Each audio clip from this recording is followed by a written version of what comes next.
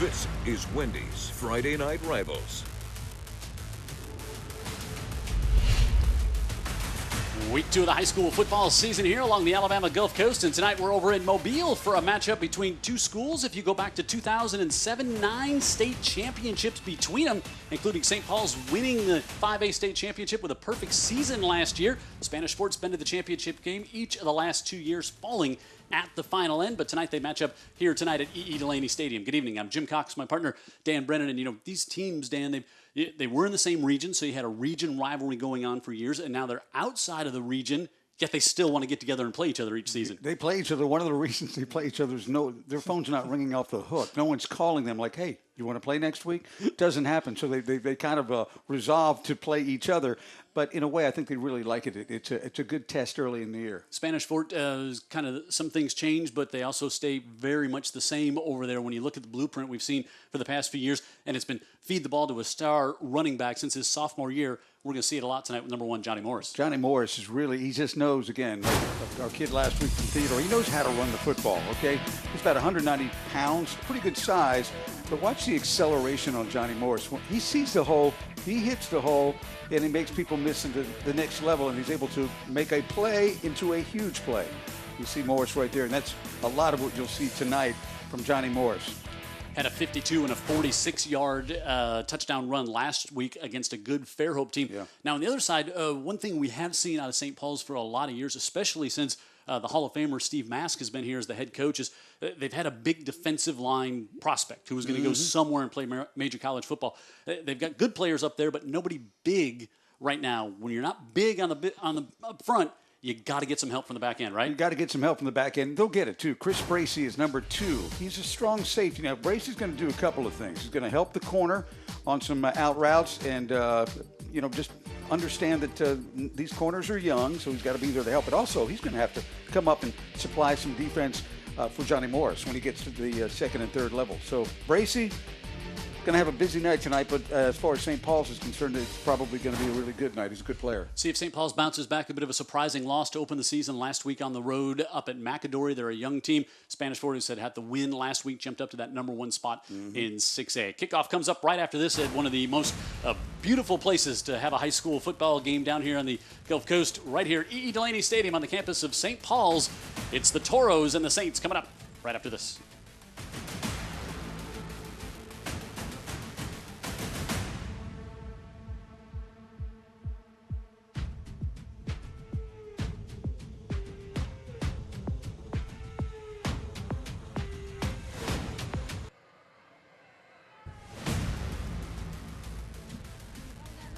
Saints out on the field. They will receive the opening kickoff, but before they do, let's go down the sidelines and again welcome in Heather Healy joining us down on the sidelines on the St. Paul side. Good evening, Heather. Good evening, guys. And as you heard in the preview show, if anything could have gone wrong for week 1 in St. Paul, they were absolutely right. They are ready for week 2. Anything could have gone wrong in week 1. They're now ready for week 2. They are ready to be at home. Head coach Steve Mask said during practice that he's excited to see both of these teams because they're learning to trust each other on both sides of the ball. Now let's look into the Toros side where the 6A state runners-up, are ready to go and look ahead into the end of the season to get that championship, guys. Checking with you throughout the evening is Lucas Bro ready to kick off there for the Toros, and Chris Bracey and Jalen Sultan back deep for the Saints. And Bro gets this one underway high and short to the far side and dropped that one in. And having to fall on it was Sultan, so the high kick did what they were hoping for, caused a little confusion back there. That's all they needed. And then the good coverage team for the Toros gets down there, and there's Steve Mask. See what great run he's had here, 102-22. Of course, won the state championship 14, 15, 17, and 2024 times a state champion here. 25th year being a head coach, 41st year overall coaching, 2 in Georgia, 39 here in Alabama, went into the Hall of Fame last year. Rolling out John Wallace Holiday. Big hit, completes that one just up to the 15 as Trenton Mace with his first catch of the season. Williams, Swepson, Buffkin, Lucas Taylor up there. Taylor going to Mississippi State. Asher Haler. We'll talk more about Taylor, number 77. We'll see him on defense as well. Bowen there. Holiday, the new quarterback. Sultan in the backfield. Mace there. Elder, the tight end. And Franklin will be out wide. 2nd and 5, and inside not much room. As things close down quickly there, Jabrell Snowden, who had 4 tackles last week, makes the stop. McConaughey there. We'll also see Colton Howland playing up there for the Toros up front. Williams, Snowden just called his number. Lee and Landon Beach. Tishawn Calvin, Avery Wilson comes back as a returner at linebacker. Mason had an interception back there last week, as did Hickson, but the guy you want to watch is Carl Fontroy going to UAB. We're going to actually move him up, play some linebacker tonight here on 3rd and 5. Holiday fires that one into coverage. He's going to get it complete, and it's going to be just past the sticks and good for a first down, as Zach Bowen has his 4th catch of the season. Nice ball there by John Wallace. Holiday, who was 9 for 21 last week with 100 yards, and picks up a big completion here on 3rd down. 2 things. Good time. Number 2, good patience. There was no rush. There was no hurry. He really looks like he's very settled in at quarterback. That's a good sign for St. Paul's right there. Bowen pushes it up to the 24. Sultan on the right side. We see Fontroy coming up there. Boy, you know, he's a big safety. Plays back there going to UAB. He's started back there for the past couple of years. But when you are big like that, you can move up and fill in at that linebacker spot if you need to. And a lot of times you see safeties jumping up there anyway. No doubt. There's some safeties that live at the line of scrimmage and sometimes live in the backfield too. And he's one of those guys that UAB likes a lot. They like what they're getting in him. Tony Stonecker, the defensive coordinator for the Spanish 4 team. 2nd and 6 for the Toros. Little play action, and Holiday trying to roll out and nowhere to go. There's penetration again from Snowden, and then coming from the other side was the sophomore McConaughey, who at 6'2", 220, he is going to be a force to be reckoned with. And Holiday was actually 9 of 21 last week for 100 yards. No touchdowns, no interceptions, but got to go a little bit more in the second half. It was a rocky first half, and 6'1", 165-pound junior. His dad, a longtime football coach. They lose 2 there in 3rd and 8. Goes out to his right, looking wide open if he can get. Bowen was there, but pressure from the backside, and that one is knocked down and incomplete. Oh boy, Bowen had snuck across the field and could not get it to him, as Mario Montgomery was able to bat that one away for the Toros. But again, pressure coming on the rollout there, and John Wallace Holiday just didn't have a clean look. And that's the sophomore again chasing after him. Well, there's a lot of Toros in pursuit. He had to get rid of it, throwing it against his body. Almost got a pick there for Spanish Fort. 1 first down and punt for St. Paul's. Let's see what the Toros look like on offense. They will bring out Grayson Miles to punt. Jake Godfrey back at his own 40. Good player from last year. I remember him well. Miles, who was booming him in warm-ups, sends this one all the way back to the 32. Godfrey to about the 42 with a big hit right over in front of the Spanish Fort sideline. And we'll see the Toros head out there. Ben Blackman, 7th year at Spanish Fort. You see that gaudy percentage, 61 and 86. Won the state championship back in 2015. He's been there back-to-back years. And he said, we've been with the lead back-to-back years going into the 4th quarter. We got to finish. And we talked about just what it's like to get out of this region, get through the playoffs, and get up there. And I think they've got the talent, this team, to be another team to be looking at in week 15 of this season, Dan. Yeah, the quarterback here who's 1 year older and a really good player. Brendan Bird pitches this one in the back, trying to come all the way around and turn the corners. You heard the the St. Paul's sideline calling for a holding call. But Godfrey, who Dan just talked about, took that pitch from the far side and moves it all the way up to the 32-yard line. White, Babs, Norman, Bree Blackman, and Ryan Gorham up front. 5 new starters. Trayvon Reed, we'll see him on the outside along with Cameron Jackson. Cooper Wilson comes back at a tight end, and keep your eye on Mario Montgomery as well. But Johnny Morris, someone we'll keep our eye on in the backfield. The left-hander Bird able to zip that one, and he's got to complete up to the 22-yard line. So he goes back to Godfrey, who Godfrey had 3 receptions last week. He's got the big run. And now the catch. Lapperouse. I think we'll see Storrs up there and Swepson as well. Inge, Harris. Nick's going to kind of play at that nickel spot. Lowe, Bennett Crane, who was a guest on the pregame show. Horton, a youngster back there in the secondary. Hayden Odell, one of the leaders back there. Bracey, who Dan talked about, and Miles. And Bird, who had a big year last year, dumps this one off to the far side and down to about the 12-yard line. Aaron Threat, with his first catch of the season, had 10 carries last week for 60 yards. They've got some talent on this Spanish Fort team. And some talent who played a lot last year. Yeah, talent that returns. But, as a sophomore last year, Brendan Bird, almost 2,000 yards, 1,956, 23 touchdowns, 826 rushing yards and 12 touchdowns. And really, I think especially early in the season, Dan, as he fires this one complete to the tight end, Cooper Wilson with the touchdown pass and a flawless opening drive for Bird and the Toros. I don't think you can have much more of a tight end name than Cooper Wilson either. This kid comes a quick slant. St. Paul's is not ready. Bird with the, he knows what's going on. He's looking for the slant. That's the first thing he's trying to find. It's open, and it is wide open, and the Toros have the lead. Bird, perfect on that drive. Started off with the quick pitch to Godfrey, who had the big run, and he never looks rattled, Jim. Bird, we saw start as a sophomore last year and just played solid. Yeah, and I think for a big part of the year, until the team really kind of found their footing and everything, he carried that team last year and got them, you said, all the way to the state championship game. Bro on for the PAT, and the Toros march it right down the field, and with 7:35 to go in the opening quarter, the touchdown pass, Bird to Wilson. And the Toros on top 7-0.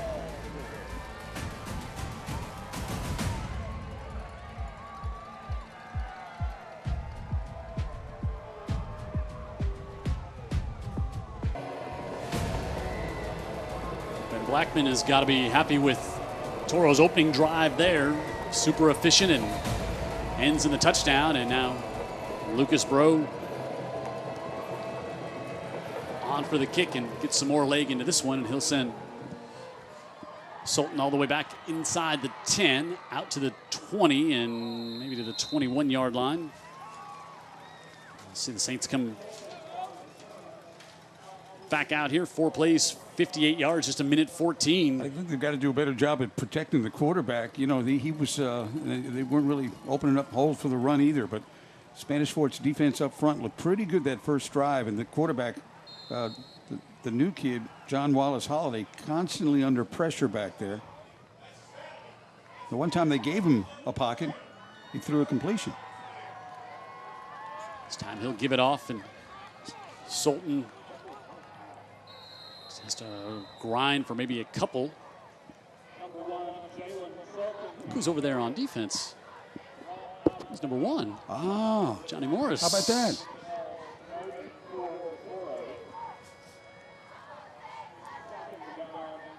Really enjoyed meeting him in the pregame, right? Yeah, he was. He was. One thing he was upset about is Coach Blackman didn't give him any heads up. Told him that day. He said, "I would have got a haircut. I wanted to look good for the show." He said, "I would have." Said, "I'll get one on Thursday before the game," but he said, "I'd have gone a day sooner." Man, the game you're wearing a helmet, Johnny. That was a big a deal. I think it's about how you feel. You got to feel all right. Good, look good, feel good. He was a great kid to talk with, and he's been a very productive back for that team. And since his sophomore year, and he's a senior now. Yeah, he's expecting to have a huge year this year. And Coach Blackman was just talking about the wonderful young man he is. He said, he's just one of those kids you love to coach. 3rd and a long 3 now for the Saints. Holiday with the give up front. First down here. Out across the 30 to about the 32 as we see Taiwan Abel. He had 9 carries last week for 29 yards. And also see Jabrell Snowden in there, returning starters up front in this defensive line for Toros. A nice job with the trap block right between, center and guard, and they get the yards necessary, get a first down again. The Spanish Fort offensively just was bang, bang, big plays, and we're able to get down the field awfully quickly.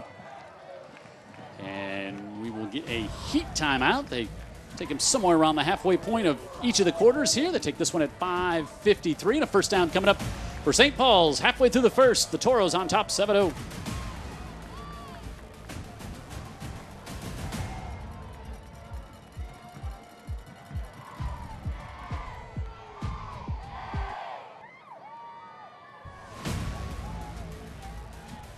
Jim Cox, Dan Brennan, Heather Healy on the sidelines, Jared Kihas in the truck with our entire UTV 44 Friday Night Rivals crew here, week 2 of the season, and St. Paul's with a first down on their second possession here, and able up to the 40, pick up about 7 on first down.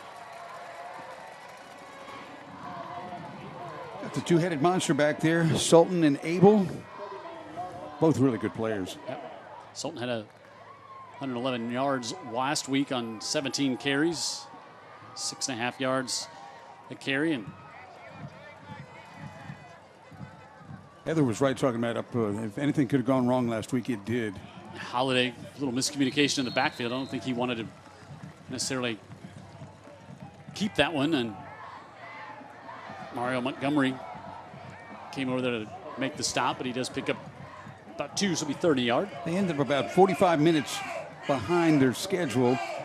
Then when they got to Birmingham, they were in a traffic, had traffic trouble. Then they were getting an escort from police who got into an accident. Yeah, it was. So now they loaded up with a jumbo package. They bring Micah Kennington in, give it up. Sultan trying to get to the right side, and things going to be just a little short again, Dan. So they brought in the extra blocker, and Toros did a good job getting low here, maybe to penetration right there. Troy in there, and McConaughey, number 14, and talking to Alex Page, the inside linebackers coach for the Spanish Fort team, and he really likes that young man, and the Toros do stop him, but St. Paul says we're going to go for it. They're going to go on the quarterback sneak this time with the big package behind him, and going to have more than a first down is Holiday all the way up to the 41-yard line. Well, he's 165 pounds, really? That's a lot of heart. He's not more than that. No, he's not, but what a run. Just got up there and got a little push and got through the line, and Fontroy, a good job to pull him down, the UAB commit there. Otherwise, he might have been taking that one all the way. Almost like Williams threw him forward. To the 40 and maybe down to the 39. Sultan on the carry here, and boy, you could tell St. Paul's needed to string together a few first downs the way that opening drive went for Spanish Fort. No doubt. You could see Spanish Fort with some early momentum, but this is a young St. Paul's team, and they're going up against a team with certainly some more experience over there in the Toros. Abel will get a couple. Steve Mask likes this team as far as projecting it further into the season. Yep. He knows it might take their licks a little bit early in the year, and he realizes playing Spanish Fort, a really good team from a classification higher than them, is, maybe not advisable. Maybe not every coach would do that. But he thinks by the end of the year, this team could be where that team was last year. And help them get in the playoffs. Yeah. Because you've gone up against a team of this caliber. How are they going to keep it on the far side? Tries to turn the corner. He got shut down quickly by Fontroy there. Boy. Wow, when he pulled that down, it looked like he had lots of green grass in front of him. But Fontroy, as we said, usually a starter in the safety moving up that linebacker spot here, came and watch him shed things. And how about the University of Alabama, Birmingham is offering him a scholarship? How about just the University of Alabama? Maybe he's a good player, is my point. Yeah, he's been a talented guy in that back end for the Toros past couple of seasons. Now 4th and 6. 1 for 1 on this drive on 4th down. Holiday looking, feeling pressure in the pocket. He's going to get stopped and brought down by the sophomore McConaughey. Snowden was there as well, but they stop him on 4th down, and Cole McConaughey comes up with a sack, and St. Paul's turns it over on downs at the 36. Now, if he's a sophomore, what is he going? Wow. Look at him shed the block and make the tackle. Sophomore? Whew. Alex Page, he knows a little bit about those DNs who can get after people at the high school level. Alex Page. He was that guy. All over again, yeah.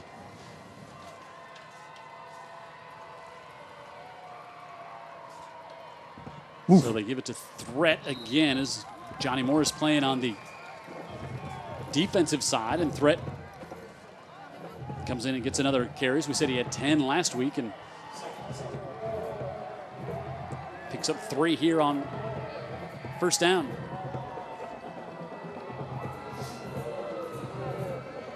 Bird looking to go up the far side. Got a step and just overthrown. Wanted to go to the junior, Cameron Jackson, who had a couple of catches last week, and Bird's able to drop that one in there. Jackson would have been off to the races as he had a step there on Miles. Bird can throw it long. We now know that. Jackson had a step, too. 3rd and 7.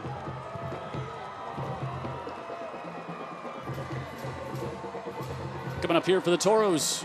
Toros beat Fairhope to open things up last Thursday night.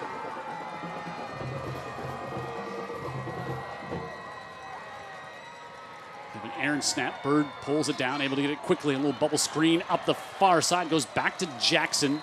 Jackson's going to be about a yard short, I think. Got hauled down right at the sticks. It looked like he was going to make it and kind of yanked backwards right at the marker. I think it's going to be about maybe a foot short. You see there was Grayson Miles slipping down, and Coach Mask has to call a timeout as the Toros were ready to go for it on 4th down. And I don't think Coach Mask liked the personnel grouping or maybe something that was out there, so he had to take the timeout. That was their pregame guest, Bennett Crane, with a nice tackle there. See what happened last night. Boy, Murphy 0-2 and having trouble putting points on the board. Foley with a big win last night. Jackson and Clark County last night. St. Michael, of course, Phillip Rivers, the national attention on that game last night. His first game as a head coach, got the win. And coming up tonight, Mary G. and Alma Bryant. Alma Bryant looking to go 2-0. Theodore and Baker, that's a big early season matchup in 7A.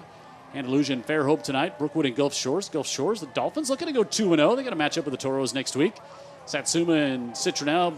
Greenville and Blunt. Robertsdale and Alberta tonight. Saraland, a tough road matchup with Hewitt Trustville tonight. Faith Academy and Williamson. Williamson and St. Paul's will battle next week. Mobile Christian UMS Wright tonight. Viger, Hillcrest, Evergreen, Escambia County, and T.R. Miller. Bayside taking on Houston Academy. XL as well. Orange Beach up at Fruitdale. And there you see the rest of our schedule, including Thomasville and Sweetwater. That great historic rivalry up there. And 4th and less than a yard here. And instead of going out of the shotgun, they go up under center. And I don't think Bird got it. 4th and less than a yard. And the Saints defense, and they brought in Lucas Taylor over there, and we said he would play some on defense, and he changes that line around a little bit. It's 6'4", 310 when he comes over there and helps right up front. And boy, if you're Spanish Fort, you got to be frustrated that you couldn't convert there on 4th and short. And what a chance to have a little momentum here for St. Paul's. Well, Big Taylor, he's the one guy. He's the one guy that didn't have to leave the field after the play. He just waited for his offensive mates to join him out there. Big guy going to Mississippi State, and they use him on defense in a need-to basis. Was committed to LSU. This one tipped up in the air and diving. Incomplete. Mario Montgomery saying he caught it, and all the officials not agreeing with him. But we were talking about Lucas Taylor there, Dan, going to Mississippi State. He had committed to LSU and then went to Mississippi State on a visit. And his sister plays softball at Mississippi State. And so I don't think that was the deciding factor, but now going to get both of them. Let's get on the sidelines. Heather's got an injury update for us. Heather. Yeah, guys, it looks like St. Paul wide receiver Sam Franklin, he was out for a couple of plays for his left ankle. They're taking a close look at it, and he's still out, and it looks like he's going to be out for a little bit. They're icing it now, and he's now in the bleachers trying to get some elevation on it. Thank you, Heather. Pickup of 12 in a USA Health Mitchell Cancer Center Institute first down here for St. Paul's as Sultan brings it up to the 30, we're going to make it a 33-yard line. Big hole up on the right side. Frazier Swepson, a senior, helping open things up. And a first down for the Saints as this may be the last play of the opening quarter under center. Holiday pitches it. Sultan on the right side, keeps the legs going, breaks a tackle, drops the shoulder, and he's down to the 22-yard line. Starting to see things open up a little bit. Well, you're starting to see a running back that doesn't want to go down, too. Watch this. Watch the strong thighs. Nope, not going down. Twice. Dropped the shoulder there on Jalen Mason, and that'll bring the first quarter to a close. And St. Paul's on the move with 2nd and short. Coming up down inside the 25. We're through one here at E. Delaney Stadium. And it's the Toros on top by a score of 7-0. And St. Paul's marching after they got that 4th down stop. Second quarter action coming up here on Friday Night Rivals.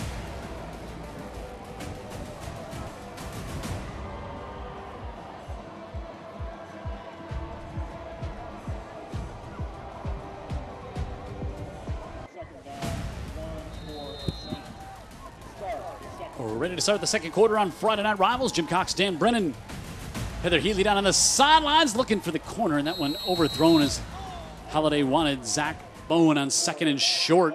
Wanted to go for it all there, and just a little bit too far ahead of the junior wide receiver. Had 3 catches last year. Perfect time to take that shot on 3rd and less than a yard, 2nd and less than a yard. The Spanish Fort defensive coaches to our left yelling hippo, and I guess that means that they recognize what St. Paul's is doing offensively. Bringing the big package in as Kennington come in as well and pushing ahead, and that's going to be good for the first down, it looks like. Holiday can sling it now. So, no, I guess they'd stopped him.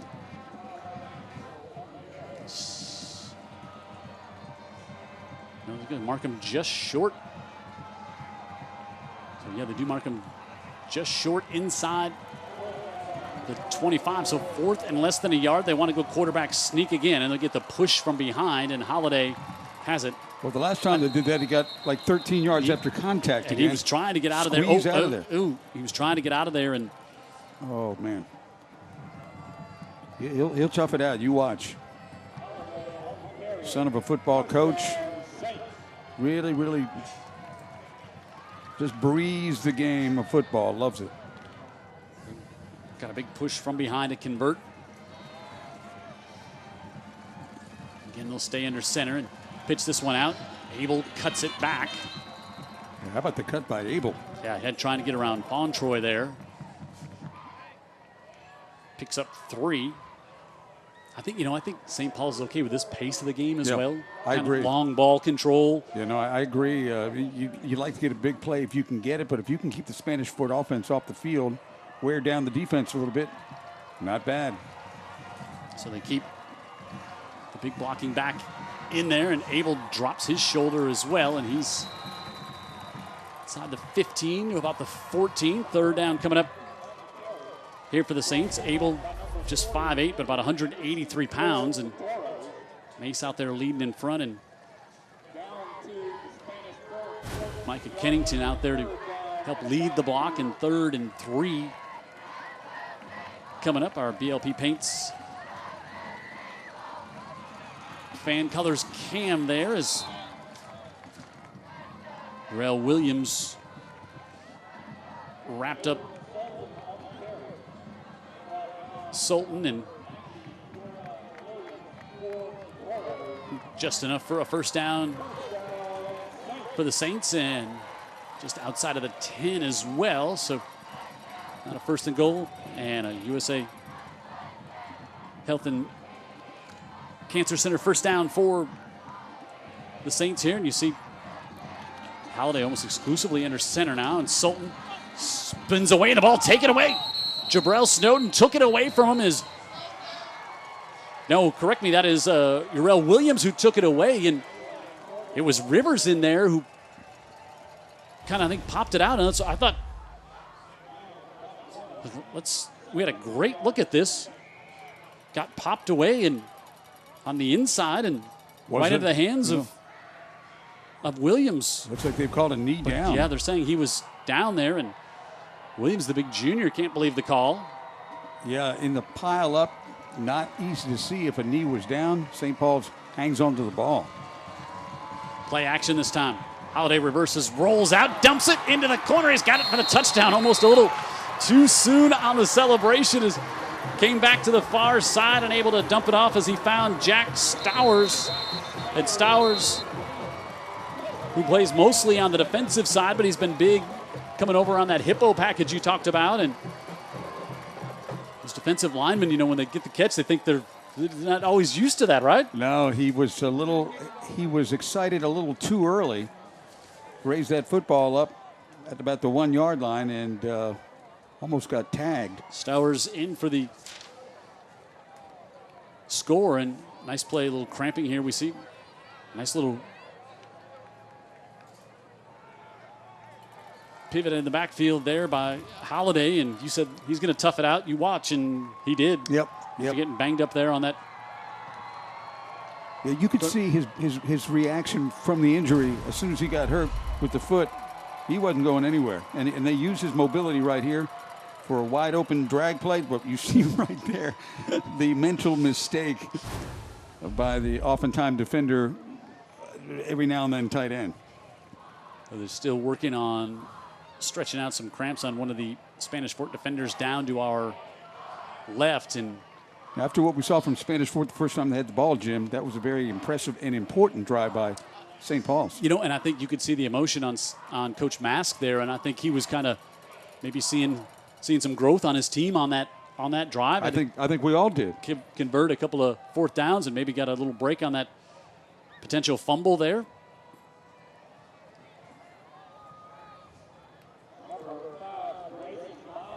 So Grayson Miles will come out to try to tie it here.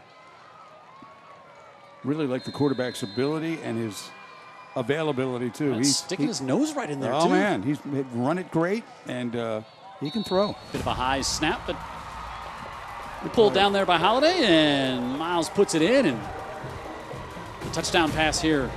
Stowers in for the score.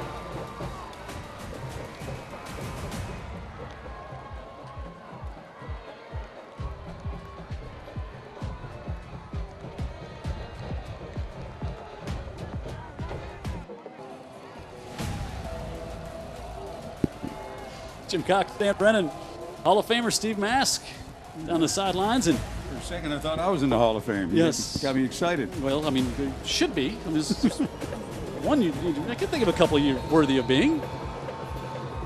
And we were just talking near the break. Big wow. Drive for St. Paul's that time for sure. And they got it after they came up with a 4th and short stop against the Toros. Godfrey to the 18. Nice little momentum on the home team here. Now we'll see. Talented junior quarterback Brendan Bird. They made a switch and went almost exclusively under center. Midway through that drive, kept the big package in there. Yes, they did. See the standings in 6A Region 1. Of course, this is where Spanish Fort lives at home, and they've got a matchup coming up in region play next week against Gulf Shores. And if Gulf Shores wins tonight against Brookwood, could have a 2-0 Toro. Yeah. Or could if Toros win tonight, they'd be 2-0. Gulf Shores would be 2-0. Of course, Ben Blackman's career included a stop at Gulf Shores. Had a cup of coffee down at the beach. He on did. A coaching career. He did. Then was it Greenville, then down there, and yes. then up to Spanish Fort, and now his 7th year up at Spanish Fort, and what a job he has done. They'd lost 4 of their last 5 openers before winning last week, which is hard to. It's hard to imagine. They play McGill usually. Yeah, we've done those games. Yeah, going up and playing a higher competition. Zipped over the middle, and that's incomplete. So trying to go again back to the junior Jackson, who's got good size. Bring up 3rd down. The sophomore Cade Horton in coverage there.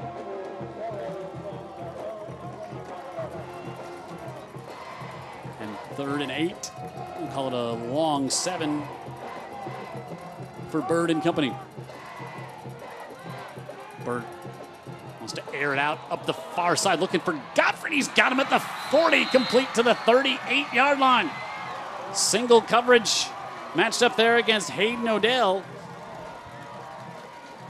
And the big conversion You talked about liking Godfrey last year. I like Godfrey a lot, and I like the call, too, because this is a fearless call. You only need 7 for the first down. They say, look, we've got a good quarterback. We've got a matchup we like. Let's go get a bunch. Get the chunk play up to the 38.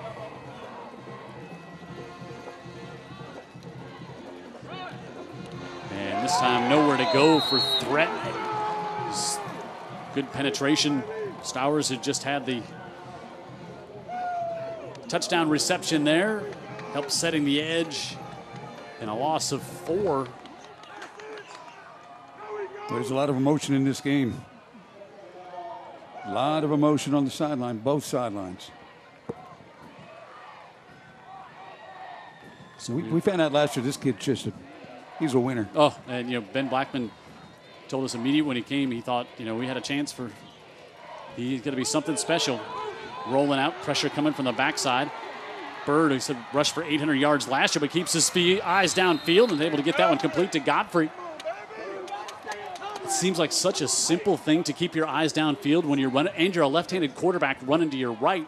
None of that is easy. No, and it's a completion too. Correct. So he picks up a first down. Took the time to prove us right on that one play. Lefty, now he's got good speed. He looks like he's going to wheel it to the corner, but instead he keeps his eyes. He knows where his receiver is, makes a play. Here's where he's dangerous, Jim. Keeps it himself, dodges a tackle. Down to about the 14-yard line. You get in the red zone, Bird is a quarterback draw waiting to happen. Yep. They spread everything out, and the kid is shifty. He just can. They can score points because he can beat you either or. Yeah, and we talked about with Ben Blackman, our BLP Paints school colors cam there. We talked about, as we look over the Spanish Sport side, we talked about just the fact that the Spanish Sport kids have played in so many big games like St. Paul's kids, but Bird was the quarterback last year, took them all the way to the state championship game. Has got down to about the 8-yard line before Cade Horton wraps him up. But weapons, and again, not even seeing their most talented running back weapon on the offensive side, Johnny Morris, over there on the defensive side. Little razzle-dazzle there. You fake it to reverse one way, then it's an inside reverse, and you're putting it in the belly of a kid that can really improvise in Godfrey. All right, we'll take a heat timeout. 7-7, but at the 7 are the Toros driving here halfway through quarter number 2 on Friday Night Rivals.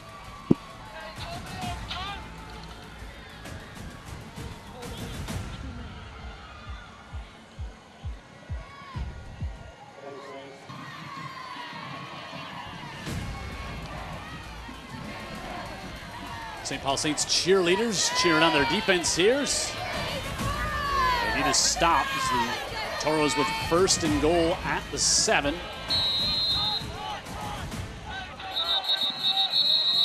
Our first penalty of the game. Spanish Fort had 13 penalties last week in their opening win over Fairhope. Fairhope had 16. Yes. It's like you just don't expect it out of teams coached this way. Prior to the snap, we have a legal substitution on the defense. Come out with the rarely used 12-man red zone package on defense. Bound to work.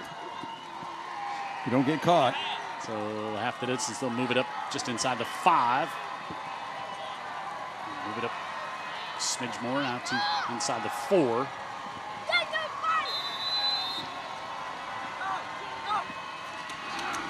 Braden Bird on the give. Pushing ahead, and we're going to mark it just down at the 1 as we see Johnny Morris come in after that timeout. His first, he's telling Coach Black, oh, at least let me give him for the touchdown. I mean, I'm back here playing on defense. Made the 2,000-yard statement on our show, right? Yeah, wants to rush for 2,000 yards, and he's trying to. You can't do that playing corner. Got down, it was very close, but down to the 1, and they'll keep him in there. Speaking of keeping it, this will be Bird this time, and he's in for the touchdown. He rushed for 12 last year, and he's got his first here tonight. He's got a feel for it, or how do you describe what he does? He's almost automatic. He's got great command out there on the on the field. You know, just good vision. Knows he doesn't have to go far. He realizes that. He's a big, strong kid. And he's a competitor. We've seen that at Spanish Fort. Yep. At that position. I think if you're not, you do not. Yeah. You're not QB1. Yeah, right. On the hill. And now Lucas Brody try to move the lead to 7. And he does. So trade touchdowns on back-to-back drives here, and Spanish Fort, number 1 in 6A, regains the lead over St. Paul's here on Friday Night Rivals.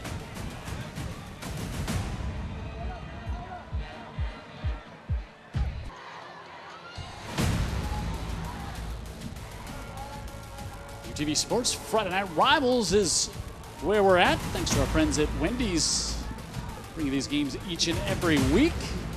Spanish Fort on top 14-7. Couple scores to pass along. Gulf Shores, just mentioned, team will take on Spanish Fort next week. They're up 20-0 over Brookwood. Black Bart down in the Bayou. And LeBron up 28-0 in the first half over Mary G. Looking to go 2-0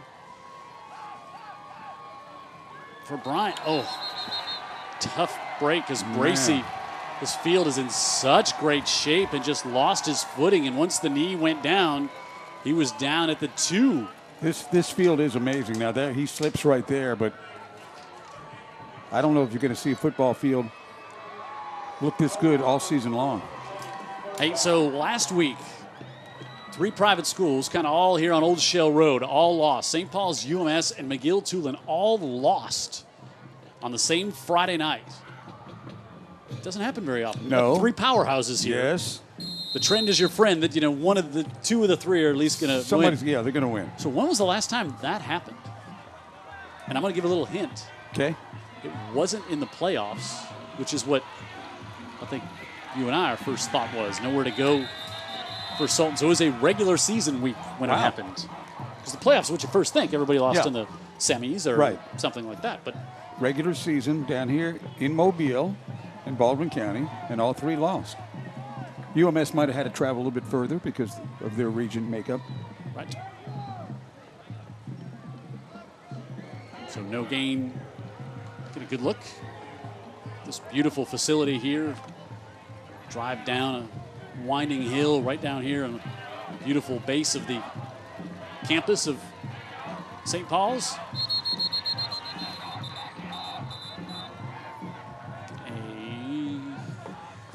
Flag before the flag or a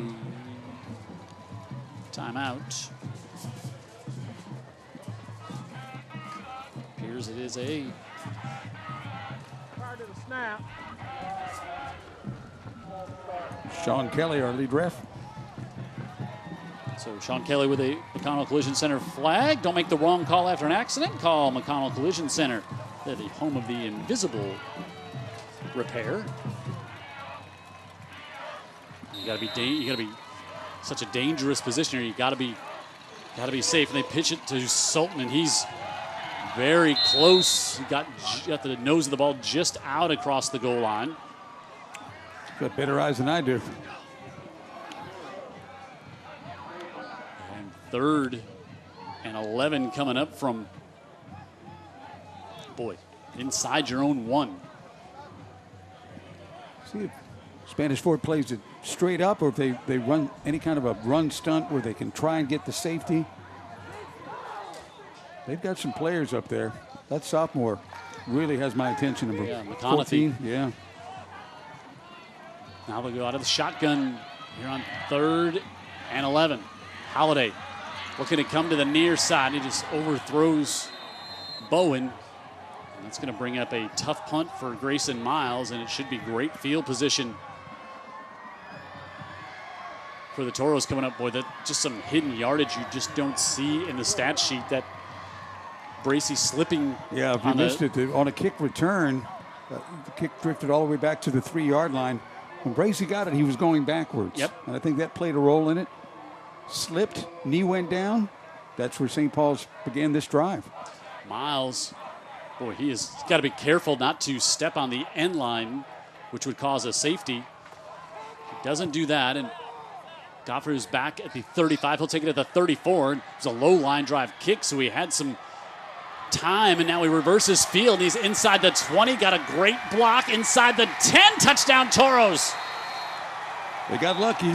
They got lucky with the crackback block. I don't know how much they're going to enforce these things, but great play, certainly, by Godfrey. JoJo Dixon was the one who threw the block up here at about the 25. Yeah, he was already past there, but he threw the block anyway. And Spanish Fort gets a great return from a really good player. There's a low kick, and Godfrey changes directions. You're going to see it's going to come on the up here on the right there. I think maybe because it wasn't so brutal, they let it go. Got his head in front, maybe he's saying, but Godfrey with the 34-yard punt return for the touchdown. Well, that slipping to a knee led directly to 7 points. It did. And the great defense didn't allow him to get anything on first or second down. Actually went backwards a yard. Yep.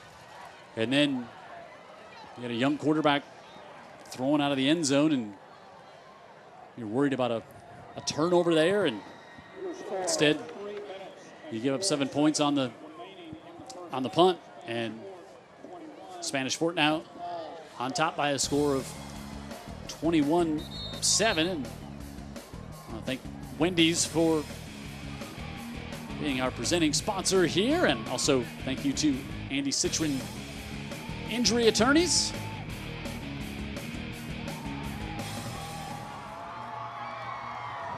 So thankful to have them here on our Friday night broadcast.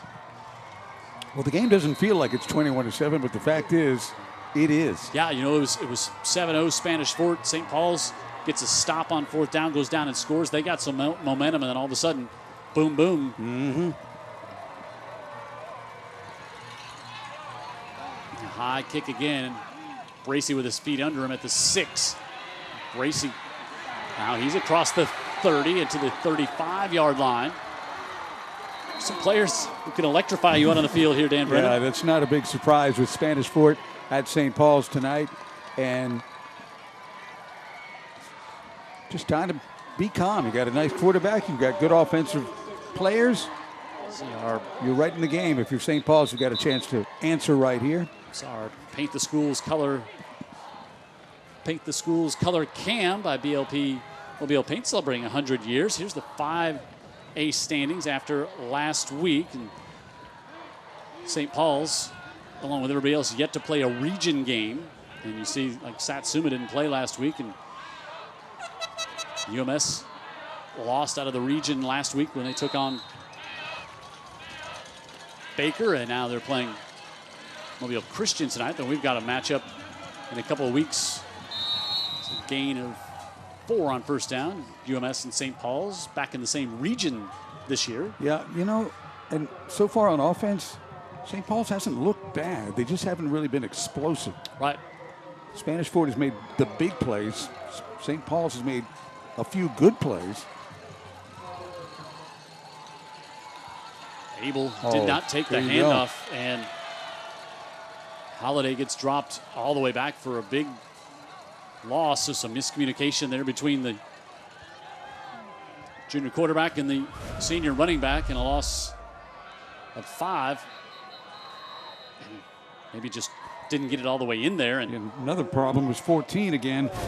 McConaughey was bearing down again, that big sophomore defensive end. And we get a timeout with 2:06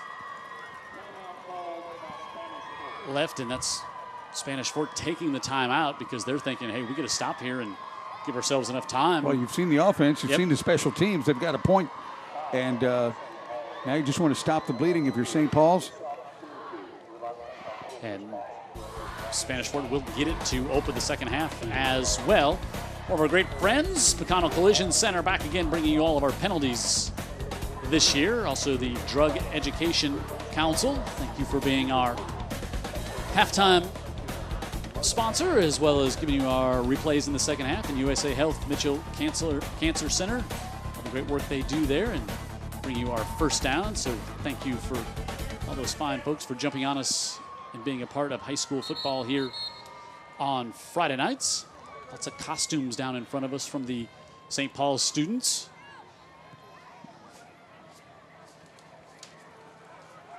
Yeah, there's a couple of schools that wear the costume of football uniform very, very well.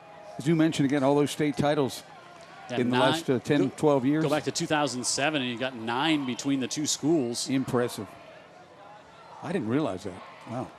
5 for St. Paul's and 4 for Spanish Fort. And now 3rd and 11 here for the Saints. Holiday steps up in the pocket, fires right to the sticks. He's going to be just short, but stepped up and made the completion to Spencer Marston. That's his 3rd catch of the year. And we're going to put him at the 45, and we've seen both coaches go for it here in the first half.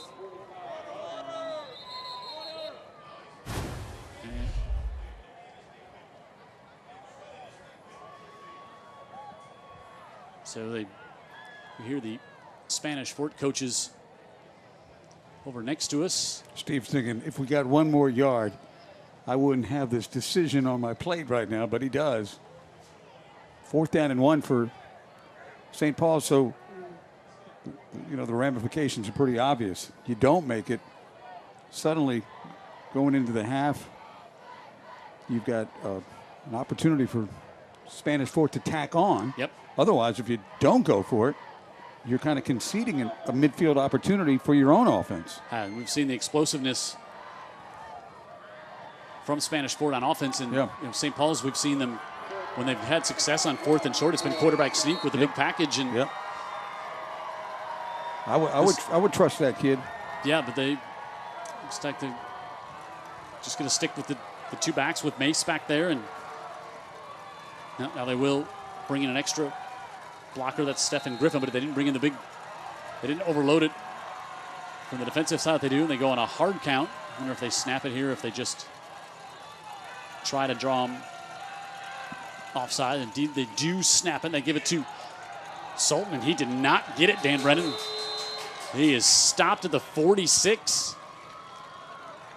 But he's trying to sell him on. No, they're wasting their time on that one. He just never got there. Yeah, that was good. Good defense by Spanish Fort right up front. Yeah, got the penetration. The hard count almost got him. So you can see you got Williams, number 90, in there, and he's 295, and coming down, crashing down from the outside. You called Jabrell it. Snowden. It was penetration again, right? They didn't just hold their ground. They got in the backfield. Boy, and you're going to ask your defense, you got to make a stop here. You think you can go into halftime down 3 scores. You might want to know where Godfrey is. They've looked for Jackson on the outside. He's split wide at the bottom of the screen, and we're going to have a McConnell Collision Center penalty prior to the snap. To be honest with you, Jim, False start. On the offense, it's a 5-yard penalty. Still first down. McConnell Collision Center now offering convenient visual estimates on their website. Snap a few photos, send it in. They'll give you an idea what the repair is going to cost. So I think Spanish Fort likes what they see as far as these outside matchups. They go just 3 up front. Now they'll walk another one in. They give it off to Morris, and Morris tap dances along the sideline, gets back to the original line of scrimmage, then smartly gets out of bounds after he picks up 6. Some folks watching from Niceville tonight, checking in. Chris Miller. It's on the edge of our broadcasting. Beautiful. He pays extra to make sure he gets the UTV 44 Friday Night Rivals package. Is that a fact? You can buy it a la carte, I think. Okay. I guess I just bit into that one. He and his wife Christine enjoying the broadcast tonight in Niceville. 2nd and 9. Bird looking to go over the middle. He wants to come back to Jackson, and he's got him at the 19. It's going to be a first down. They'll stop the clock while they get the chains moved here. And he's looked for Jackson, the big 6'3" junior, a few times here tonight, and that time able to get it to him as the sophomore Cade Horton at 5'9", 150 pounds. That's a tough matchup there. And here come the Toros again. Bird looks far side this time and throws that one just a bit behind. Trayvon Reed, the junior, had a couple of catches to open things up. Unusual for Bird to misfire that much. Yeah, I think he had a hand in there that maybe affected his vision a little bit. It does stop the clock. Still plenty of time. 1:05 to go here for the Toros.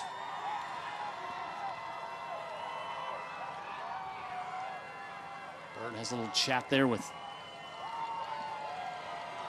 Johnny Morris. Bird pressure again coming. Now just floats it to Morris out of the backfield. Morris inside the 10. And it's going to have the first down. Steps out of bounds there before he takes a big look. And again, just that kind of the command, the control, the composure. Yeah, he's got it. He's got it. It's not all the spectacular plays. It's sometimes just the check downs. Yep. That's enough. You know, they're going to mark him actually a yard short. They're going to say he stepped out the 11. And the clock did stop inside a minute here. So 3rd and less than a yard with Morris in the backfield. They'll give it to him and see if he got it on second effort there. Going to be... Might have got it by a whisker, Jim, but yeah, he might have spun into the first down. Yeah, he was stopped short at first contact. And might be short again. I think they're going to just move it up about a half a yard. Boy, this would be a huge stop for the Spanish Fort, of the Spanish Fort offense by St. Paul's. Let's see if the Toros can convert. Bird looks, pressure, gets flushed, rolls on the far side, gets away from Taylor. He's got the first down, looking for more. Takes a huge hit inside the 5. But it's going to be 1st and goal as Bo Carrington came up and hit him as they brought Taylor over, and Taylor was given chase, but at 3:10, he wasn't going to be able to catch Bird there. But watch the hit that Bird could have stepped out of bounds, wanted the touchdown, and Carrington came over and finished him off. See the way they trust the quarterback, though, Jim? That's 4th and less than a yard, and they put the responsibility on Bird. He's like your guy. Yep, out of the shotgun. Yeah, they know if the pass isn't there, he's athletic enough to get you the first down and maybe the touchdown, and he almost got it in. All right, so now that's Bird's game in a nutshell. Yep, these last few plays have really taken time off the clock, so we're down to 10 seconds now left here. But Toros are out of timeouts. That was according to the scoreboard here, that was a Spanish Fort timeout, which would make sense. So that would mean they're out, and St. Paul's has 2 left. They don't want to use any of those. They'll happily take those into the locker room here at the half. Basically, Jim, if they've got to be, if it's a running play, they've got to be very certain that it is a touchdown or that's the end of the half. Now you're at the 2. I think you keep it in Bird's hands again. I mean, you keep it in Bird's hands. What you're saying, or at least maybe some type of a read option. Yep. I think if you keep it in his hands, probably you're going to get a good outcome from 2 yards. So they spread it out super wide, which makes you think about that. Quarterback draw. Yep, a little bit more. You mentioned that earlier. So here we go. Bird rolls out, wants to cut it to the inside. He dives in for the touchdown.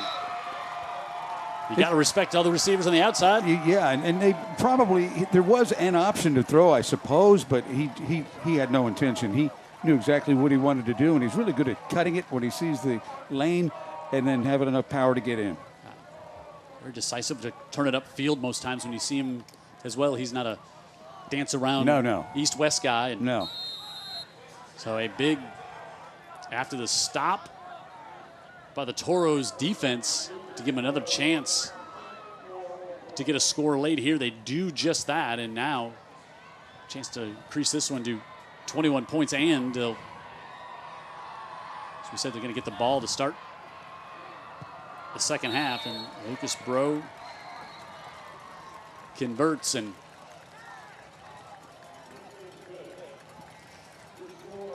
hushes the crowd here at St. Paul's. And Bird, as we said last year, rushed for over 800 yards, 12 touchdowns threw for 23. And if you're just joining us, we talked about almost 2,000 yards passing last year. As a sophomore. 1,926, yeah, playing in the toughest region in the state in 6A.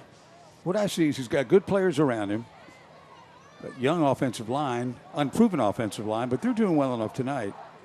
And he simply is a quarterback that you can trust. And a lot of coaches would take that from the start, Jim. Yep. Can I trust my guy? Is my guy tough? Is my guy accurate? Yes, check, Yep. check. All the boxes. That's it. Let's see, Theodore takes the lead 15-14. Their matchup against Baker. Robertsdale up 24-0 over Alberta at the half. Golden Bears. They've got a really good running back at Robertsdale. Kick to the far side, going to go out of bounds.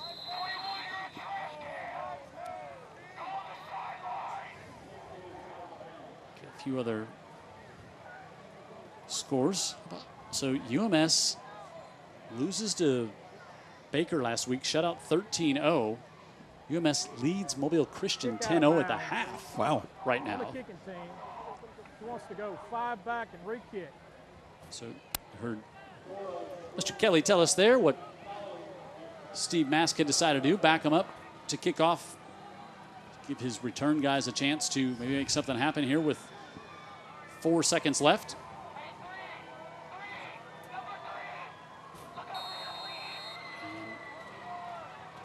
Lucas Bro on to,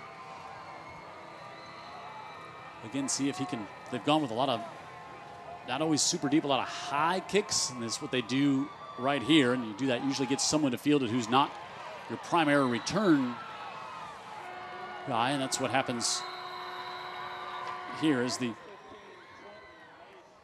Trent Mace, the up back, takes that one and doesn't get very far up the sidelines before the clock runs out on the first half. And Heather will catch up with Coach Blackman, as he's got to be happy with that first half performance.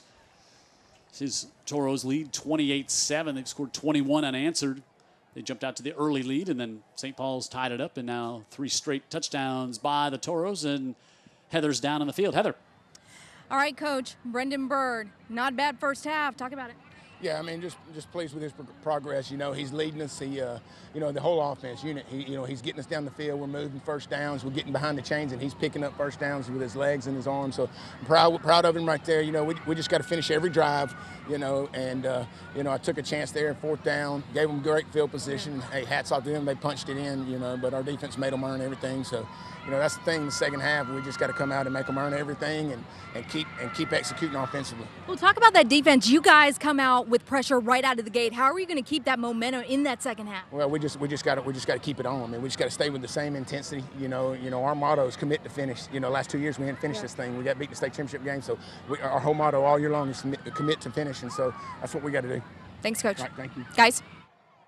Snapshot of the Friday night intensity of Coach Blackman. Would you not agree? Oh, no doubt. I mean, it's just what you get every Friday night from. We enjoy him a lot for a lot of reasons. So much. And his team's enjoying a 28-7 lead right now at the half. It's Friday Night Rivals presented by Wendy's. Tonight, we're in Mobile at E.E. Delaney Stadium on the campus of St. Paul's, where the road team, the Toros, number 1 in 6A, have the 28-7 lead.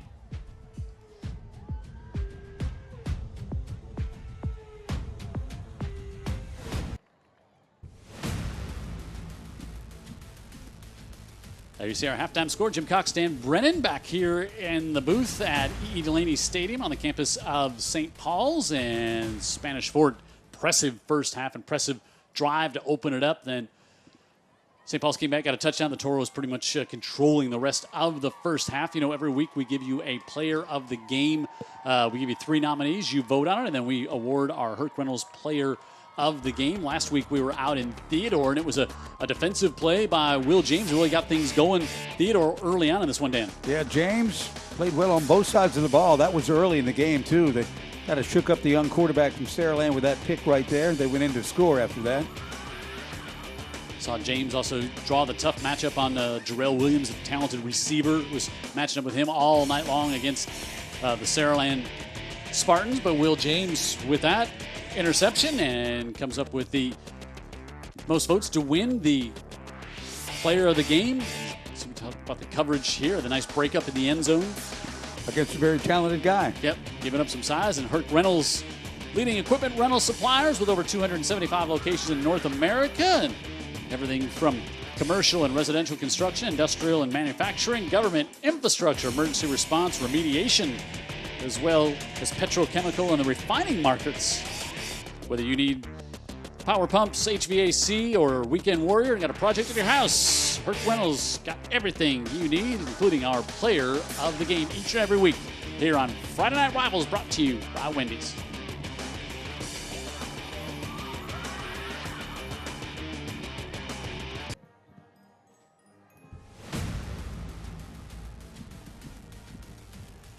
Here's our halftime score here in Mobile, Alabama. Spanish Fort with a 28-7 lead over St. Paul's. Want to welcome everyone, of course, watching locally and those watching on the Stadium Network all across the country. Happy to have you on second week in a row. Yeah. Peeking in on us to see what we're doing out here on the Alabama Gulf Coast for high school football. Well, games got kicked off all across the country last week. And then again, you have some states who won't even start playing until next week.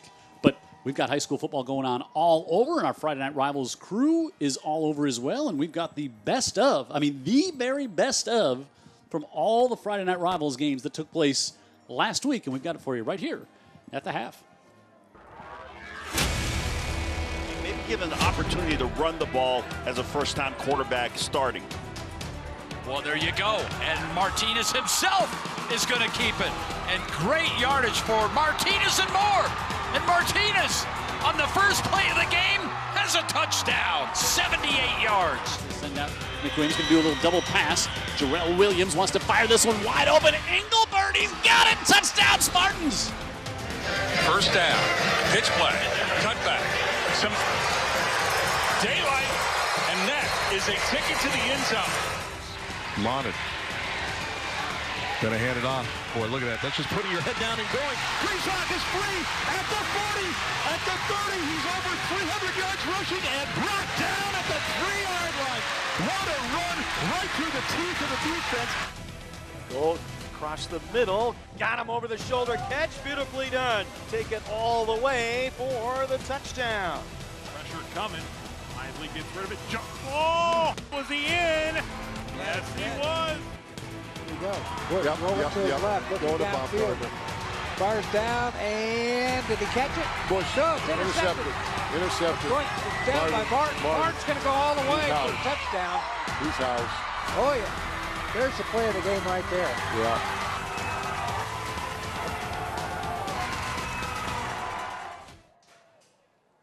Wow, that was some big plays from all across the country to open things up. So we made the cut with the double pass. We did. We're 1 for 1. I think we got some. Can make it work here for. We've got some nominees already here in the first half. No doubt. Every week here on our halftime part of the broadcast, we let you know about our Scholastic Athlete of the Week, brought to you by Andy Citron Injury Attorneys and great supporters of ours again as well. And this week it's Keegan Hamp. Plays baseball at Spanish Fort, 4.3 GPA. National Honor Society. He's going to major in software engineering. That was Dan's old major before he jumped into radio. And congratulations to Keegan from Spanish Fort. And also from St. Paul's, Stephen Conrad, a swimmer here, 4.2 GPA. Swim team captain, 4A state record holder. Going to go to North Carolina State and be part of the men's swim team. He's also on the headmaster's list. AP courses. I was on the headmaster's list. Not for the same reason as Stephen, I was Mr. on Brennan. A list. Yes. So thank you to Andy Citron Injury Group and all of his great attorneys over there, and is going to give a $5,000 scholarship to one of our Scholastic Athletes of the Week. So thank you to Andy Citron Injury Attorneys and our Drug Education Council. Halftime show right here on Friday Night Rivals. And we'll come back to Spanish Fort and St. Paul's tonight, matching up here in Mobile on the campus of St. Paul's.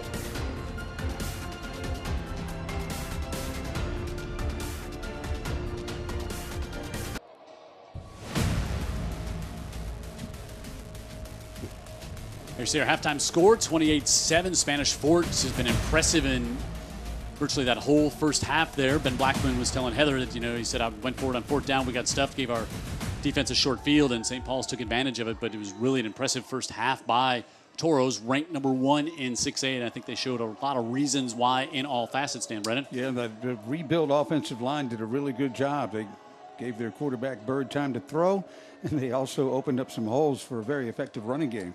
Got a couple good defensive stands. They also got a punt return for a touchdown after defense came up with a big stop down deep. So they've kind of done it all over the field. Again, something we've seen from this Spanish Fort team in years past as well. So this was Bird early. Cooper Wilson, the touchdown. This was on the opening drive, and that got him up on top by a score of 7-0. And then answering back, however, going back to a backup tight end, Jack Stowers goes for the touchdown there, and then this was a punt from the back of the end zone, and 34 yards. Jake Godfrey, turns the corner here, and boy, it's just so tough. It was a line drive kick, change of direction back there, and that put him up 21-7. And then the Toros able to cash in here right before time expired in the second half, and it's a 28-7 halftime lead for the Toros, and they will get the ball back to start the second quarter. 141 rushing yards, passing yards for the Toros. Some of those coming on chunk plays. 40 on the one play to Godfrey there that was a 3rd and long, and 197 total yards, and not very many penalties, which has been cleaned up dramatically by Spanish Fort in the first half. And there's our halftime score, and let's find out what Heather learned when she talked to Coach Mask coming out of the locker room on the St. Paul side. Heather. Yeah, guys, do you remember in the beginning of the second half, or second quarter, I should say, when we had that botch kick from the Saints? Head coach Steve Mass said that's not the tone that they wanted to set at all, and they're definitely going to reinvent the wheel here in the second half and make sure that they team up with and they measure up with those Toros. When it comes to that pressure, they need that pressure. They need to keep adding up to that pressure to make sure that those Toros don't run all over them like they did in the first half, guys. All right, thanks, Heather. And, our halftime show is brought to you by the Drug Education Council Opioid Awareness Campaign. Prescription opioid abuse is a critical public health issue. Opioids, of course, I think we've all learned are among the most addictive drugs, and sometimes teens are prescribed opioids for everything from dental procedures to sports injuries. To find out more about opioids from the Drug Education Council, they can help you with that. You can check them out at drugeducation.org for more information, or follow them with the hashtag #BeSmart and Be Healthy. Halftime score 28-7. It is Spanish Fort on top of St. Paul's, and the Toros will get it back to open things up here in quarter number 3, and we're back to St. Paul's right after this.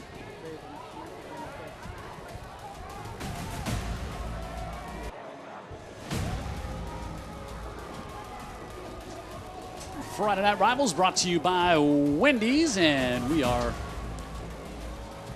about to start here in the second half. There's Coach Ben Black. He is not the red hat that controls the TV timeouts. That is Coach Ben Blackman, but there could be, he could probably pull it off. He's a multitasker. He's really comfortable with his team. He's comfortable with his, he's got a beautiful young family. He's got a boy who's about to get ready to start playing ball at Spanish Fort. 7th year here. Got a good life with the Toros, and Godfrey at the 10. We've seen what he can do. And squirts forward. Out across the 20, and hey, want to thank Fu Sackleys. So you don't eat a lot before the game, but I saw you getting a few fries. I saw you get a few fries in there. Yeah. Hand bread and tenders, house-made sauces, of course, operating drive-thrus at all their locations. You can order it online at FuSackleys.net. Curbside pickup. Get a snack, a box, a salad, or a tray. Fu is perfect for any occasion, certainly for football. Keep the Fu in football. They feed our crew every Friday night here during the season. And our crew deserves it. They get here super early and get a chance to get a little snack before the game. How about they got here and there wasn't even any paint on the field yet? This has all been done since today sometime. Yep. Make sure it looked all bright and pristine for TV. And Godfrey trying to get back to the line of scrimmage there. Again, we talked about this field, and Dan said, I don't know if we'll see a football field. I mean, there's a lot of fairways on golf courses that don't look this nice. Don't match up. Yeah. I'm going to give him one. on first down, and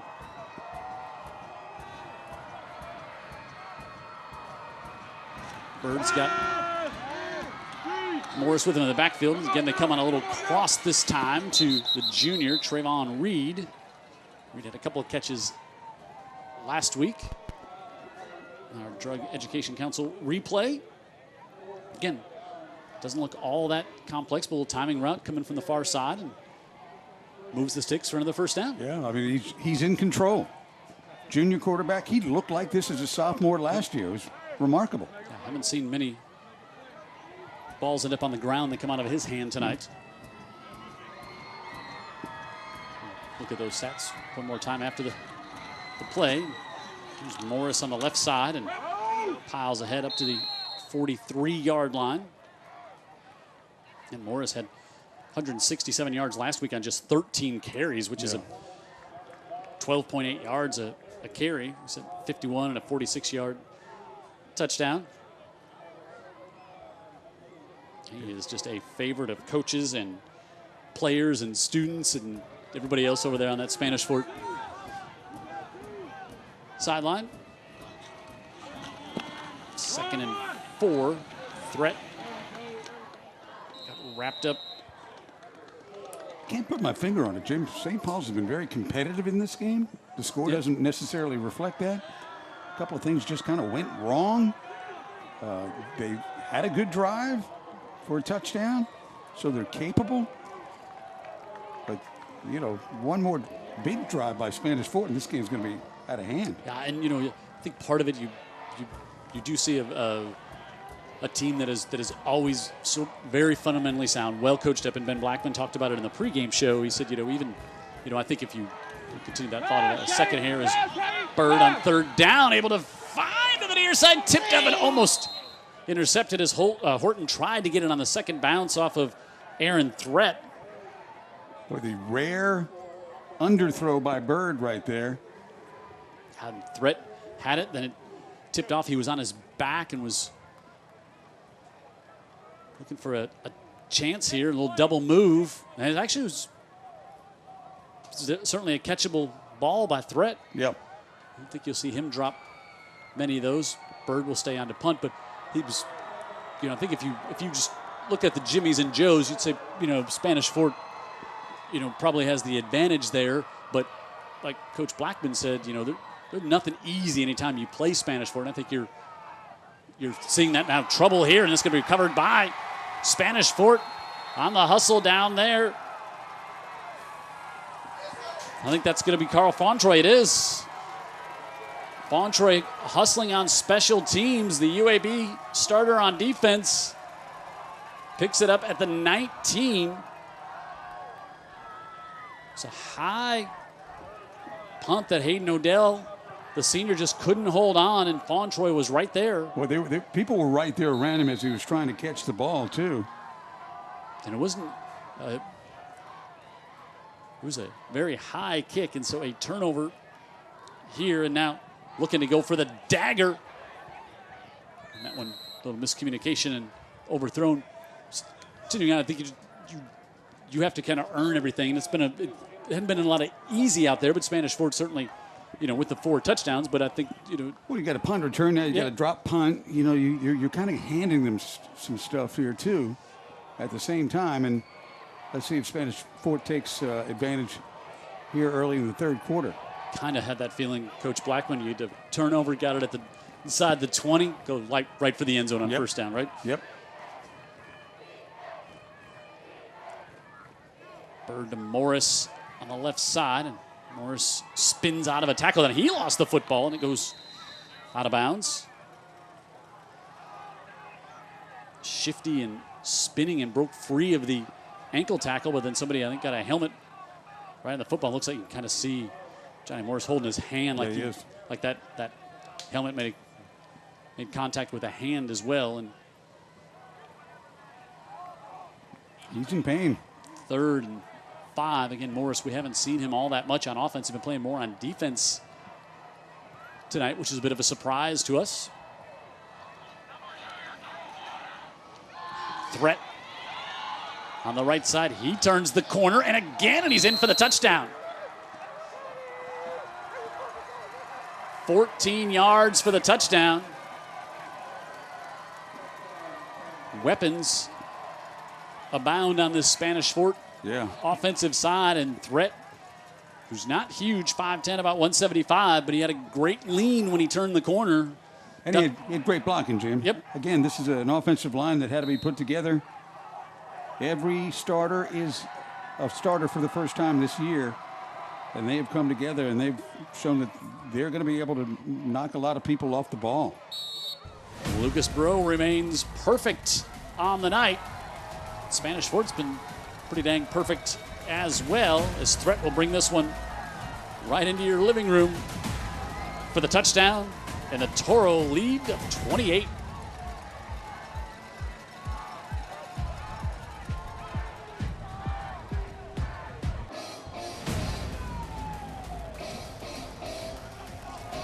Yeah, the Toros fans kind of a ho-hum right at the moment. It's up 35-7. Our BLP school colors cam over there. Jim Cox, Stan Brennan, Heather Healy on the sideline.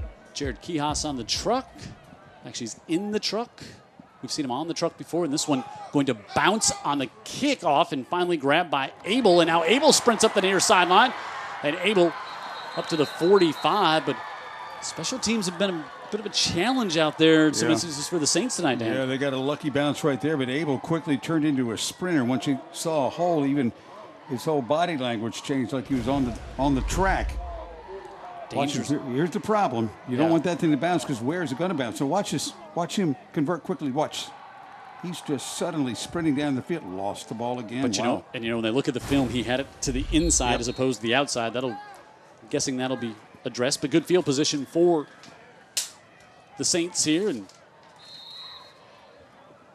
Sultan will move it up to about the 47. Some more scores to pass along. UMS top 28-0 over Mobile Christian. Chickasaw leads St. Luke's 18-0. Said Alma Bryan up big early in that one. Hurricanes looking to go 2-0. Holiday gives it to Sultan, make it Abel, and Abel to the 45, and he's going to be very close to the first down. Going to be enough for a USA Mitchell Cancer Institute first down.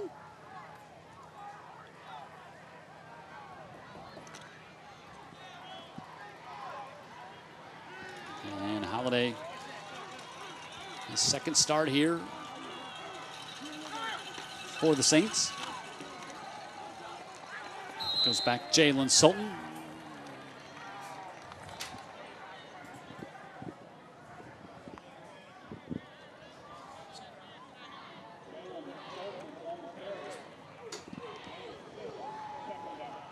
So second and long 5 here.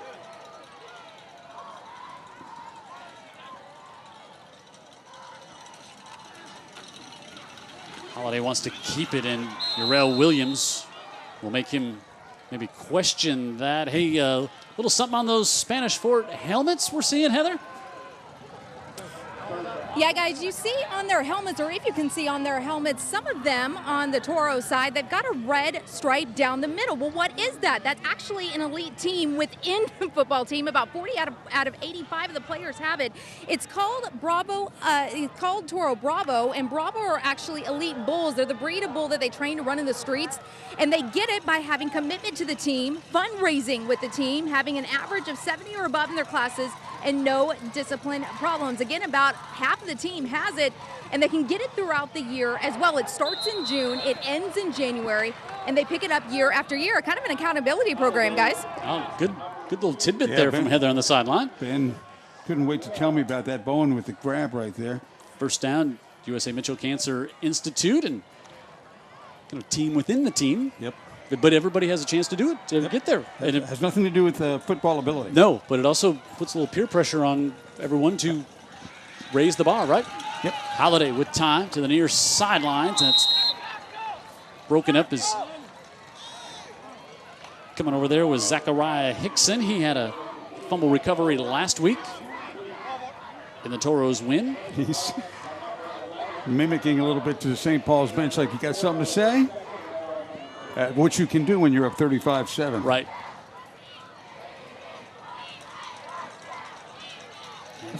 Watch how this kid plays in circumstances like this. Wants to keep it, getting penetration, and that ball comes loose at the end of the play. And that was Tyshawn Calvin, the senior linebacker. So I brought it up with Ben Blackman, as we'll see on the replay here in the pregame show. I said, Spanish Fort, we've always, it seems easy to talk about their offense. They've had great offensive players and stuff, but the dang defense on the hill is what is taking them to the championship. And pretty big physical offensive line right there. Yeah. Or the defensive line, I should say. They've got some guys over there. Halfway through the third, 35-7. Spanish Fort on top of St. Paul's here on Friday Night Rivals, brought to you by Wendy's.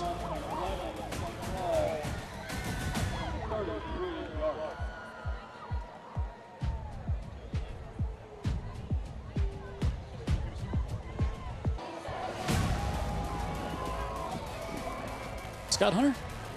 35-7 our score. Don't think so. At the halfway through the third quarter, Jim Cox, Dan Brennan, Heather Healy on the sidelines, and our great Friday Night Rivals crew on 3rd and 11. Halliday strong arms that one to the far side, and Bontroy, ooh, he was just waiting. And he's made so many of those big plays coming out of the secondary and almost had the pick there. On the run. Somehow, Bontroy's not in his vision. I'm not exactly sure how. Yeah, he jumped out in front of Chet Elder, the tight end, and 4th and 11. The Saints have no choice but to go for it here from the 33. Now he steps up the pocket, wants to scramble, fires, able to get it complete to Bowen. Right at the line. And it's going to be good for the first down. Wow, good play by the quarterback. Yeah, the USA Mitchell Cancer Institute first down. I was wondering how close that Halliday got to the line of scrimmage when he let that one go. He moved up in the pocket for sure, found some time by moving up the pocket and threw on the run. And enough for a first down. Yeah, Bowen up to the 20.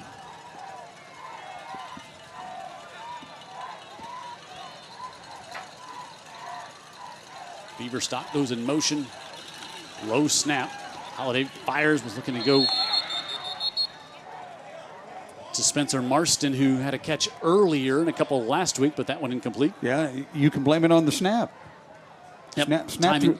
you had a wide out open tight end, much like Spanish Fort had when they scored the first touchdown of the game. He was just trying to do what Bird did on his play.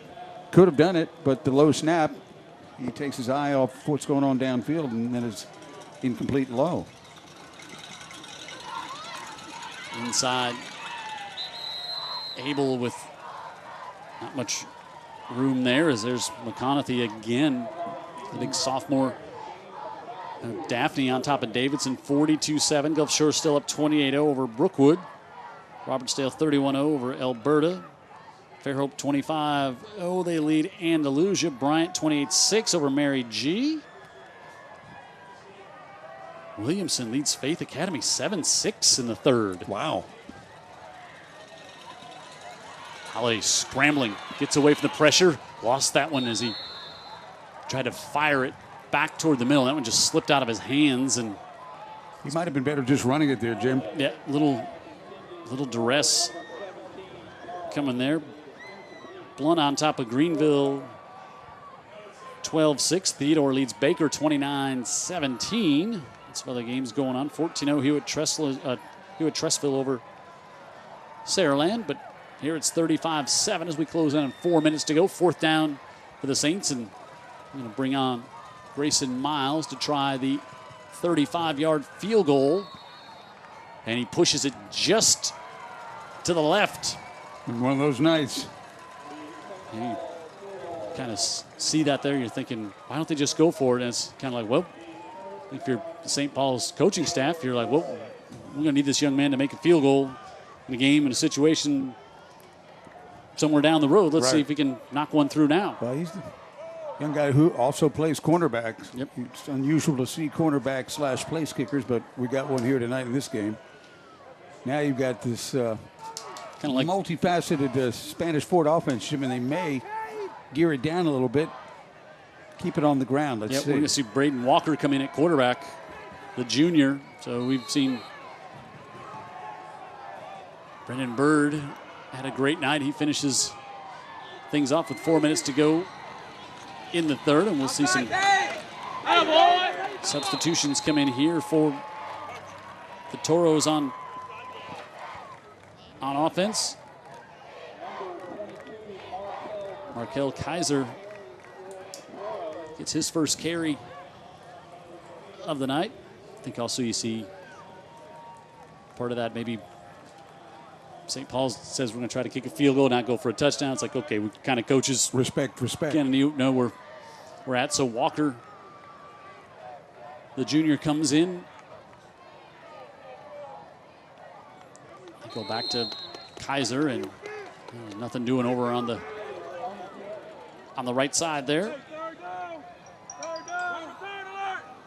Bring up third down, and you'll see a lot of this in the remaining 3 minutes here in the third and the fourth quarter of. Jim, I was trying to think, too. There was one exception to the rule of the very close games between these two teams through the years, and it had to do with suspensions, maybe?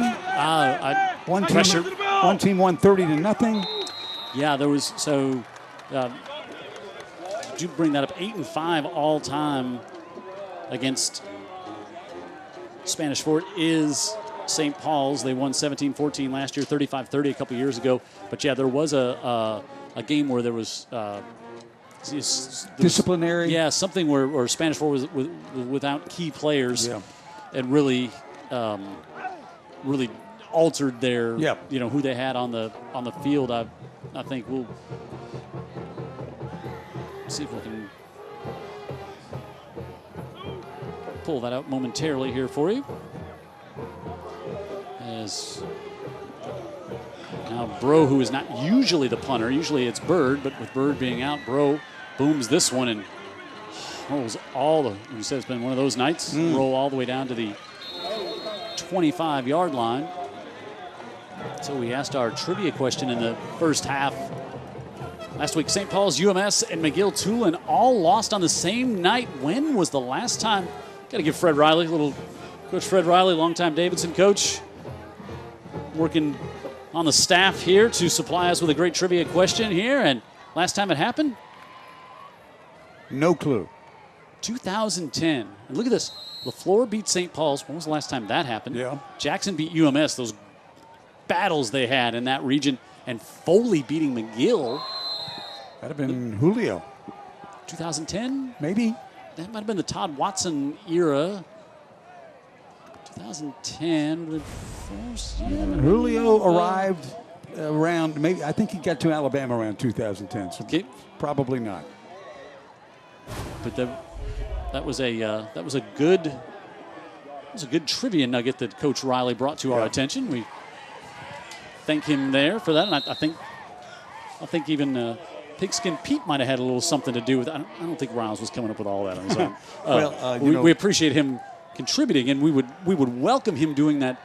We will give him the Fusakli's leftovers every Friday if he would like to continue to provide the trivia questions. Well, when we started doing high school football 21 years ago, McGill hadn't turned the corner yet, but St. Paul's and UMS were very good. And shortly thereafter, all three became perennial playoff teams. Strong arms this one to the near side on 3rd and 12. It's going to be short and incomplete. Yeah, I think it was in 2011. It was a 30 to nothing. 30 to nothing. Who beat who? Game here. It was St. Paul's winning 30 to nothing. And otherwise, it's been except for the first few years when Spanish Fort was in existence. But other than that, they had some great games. Spanish Fort beat them in the second round of the playoffs, 21-12 in 2010, and then the semifinals to go to state back in 2012 when they won it. Kick return, Godfrey goes back all the way inside the 35.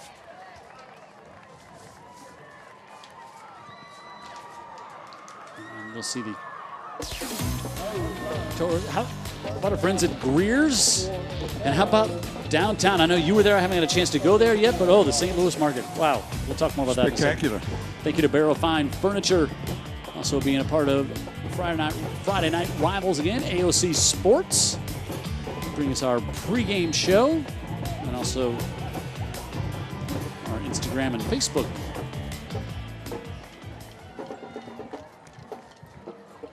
The man looked up 35-7, very calm and in control there. Walker completes his first pass of the season, and he gets it to Mario Montgomery, the senior. Across midfield up to the 48-yard line. And sophomore getting some valuable reps out there on the corner. It's tough to be out on an island, as any cornerback will tell you. You got to have that very short-term memory. End around, and not much happened there for Nemo Hickson. We don't have many games of the week that are pretty much cut and dried after 3 quarters, but this one is. You can just see the pace of play, the players on the field. Yep. You're right. Usually the game of the week is 2 evenly matched teams, and Markel Kaiser not much there. And you know what, I think Coach Mass talked about it when you visited with him earlier in the week, and when I saw him today, he said, we'll be better later in the year. We're gonna grow. And like you said, he sees he can project where this team is going to be in 6 weeks. And he's been around long enough not to have a panic attack over what he's seeing right now. Right. And again, for you not familiar, St. Paul's 5A classification school. Spanish Fort, bigger program, more players. They're in 6A and number 1 in 6A. 3rd and 13. Little bubble screen on the far side, and losing his balance out at the 45. Jonathan Abrams, another senior. And that will bring the 3rd quarter to a close, and we will head to quarter number 4 with Spanish Fort in control of this one, 35-7. And we'll come back to start quarter number 4 here from beautiful campus of St. Paul's, where Spanish Fort, as Dan said, ranked number 1 in 6A. A dominating performance here tonight on the road as they look to go 2-0 to open things up here on Friday Night Rivals.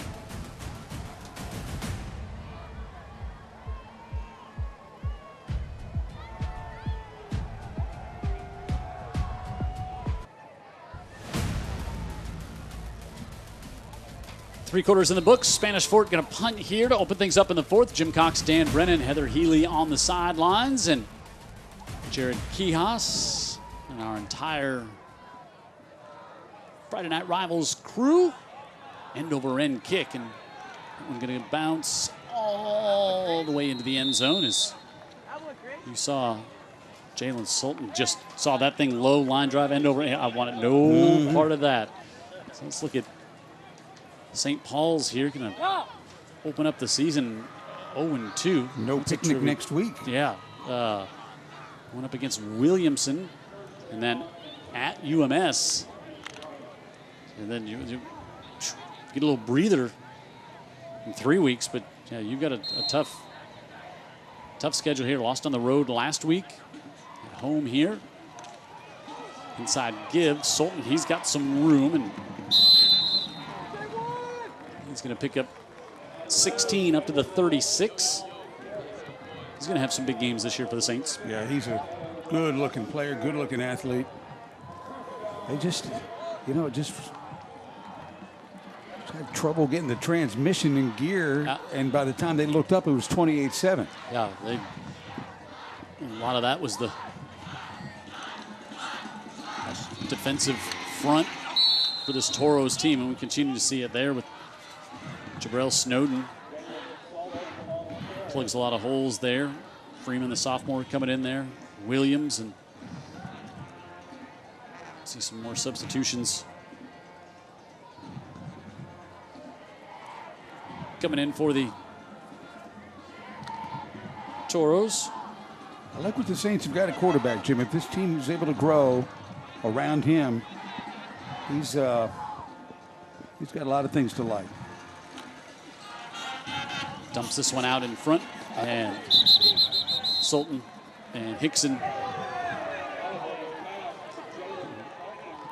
going against each other all night. JoJo Hickson had an interception and some tackles last week, and had a little chat with him down on the field before the game. Thought you were dissing him. Well, no, I don't think that. He just that was I gave it a little knuckles to our pregame guest, Johnny Morris, and he was standing next to Johnny, and he's like, none. Does that one pops free? He was like, wait, none for me? He took his helmet off, gave me some knuckles, and I said, you have a good game tonight. I said, thank you, sir. I will. Yes, sir. That's exactly what he said. We have a lot of fun with these kids. Getting a chance to meet them and just pregame on the field, you know. And it's maybe not right to call them kids, but we forget they are just kids. Yep. And what they do out here on Friday nights and keep us entertained and pressure situations and how they're able to perform. As that one crossed the middle, and Marston has got the catch, but that one came loose at the end of the play again. And it's going to be complete to the 35. Pickup of 15. It'll be first down for the Saints. Let's watch here right at the end of this one. Good job by Holiday to get the snap. Boy, I mean, it was out. Montgomery, helmet right on the football. But Marston able to get back on it. And now Abel, he'll pick up 7. Some friends checking over, watch Billy Dial, long-time Friday Night Rivals viewer, watching the game tonight. Robert Cook, St. Paul's graduate, watching the game. He figured out how to stream it, watched it via the streaming. So that in itself for Robert, a huge accomplishment to get pull that off. So glad he was able to do that and watch the game tonight. Back over to Bowden on the far side. We'll see if they spot him. It'll be good for the first down, it looks like, as the clock continues to run at 9 minutes. And Bowden down there with a cramp. You know, we've not seen a lot of that in either of the two games, you know, this year. And such a credit to just the difference in training that takes place now, and you know, such a Dr. Roca from AOC was talking to us about just hydration and how important that is, and you know, these coaches, how they have training staffs, and it's just everything is just so much geared toward player safety now, more than it ever has been. Real issue with Spanish Fort. Scary. With offensive linemen. Yep. Overheated in the preseason. It just is amazing that it doesn't happen more often when you consider the heat and humidity, the pads, the helmet. Right. It's our BLP Mobile Paints 100 years celebrating being a part of our great community, and I always like to get a good look at the student body section, and they're a big part of our broadcasting again this year. So Zach Bowen gets the cramp pretty much stretched out. And he did get it for the first down. Look at 76 there. Arthur Escher Hale. They've got some beef on that line. Not just Lucas Taylor, the guy going to Mississippi State. He tries to run behind the two of them and gets dumped. Again, Spanish Fort has done a good job of getting across that line of scrimmage. Jabrell Snowden able to make the stop there, and loss of 1. Again, Williamson on the schedule next week, and then a undefeated Gulf Shores team for Spanish Fort next week up in Spanish Fort. Out of the backfield, that one off the hands of Sultan from Spanish Fort. Stan said their head coach, Ben Blackman, coached down in Gulf Shores before he came to Spanish Fort, and Gulf Shores whole changeover in the football administration down there, and a whole different way of doing things, it appears. But former Division I college coach taking that job, and I guess in a way, I wouldn't say necessarily retiring with a bunch of other college coaches, but he's got on the staff, but maybe the last stop. Yeah, and say, hey, we want to coach for fun back at the high school level. Might as well do it at the beach. That's right. And I think it would be timeout here by St. Paul's. I think it would just be absolutely great to see a program like Gulf Shores get it going down there at the beach. That would be fun to watch.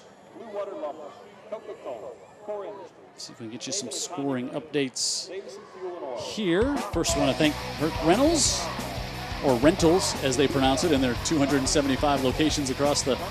Got a little lazy with the diction here late in the fourth quarter. Yeah. 35-7 will do that. Also, BLP Paints. Thank you for being a part of our broadcast. And Boo Sackley's.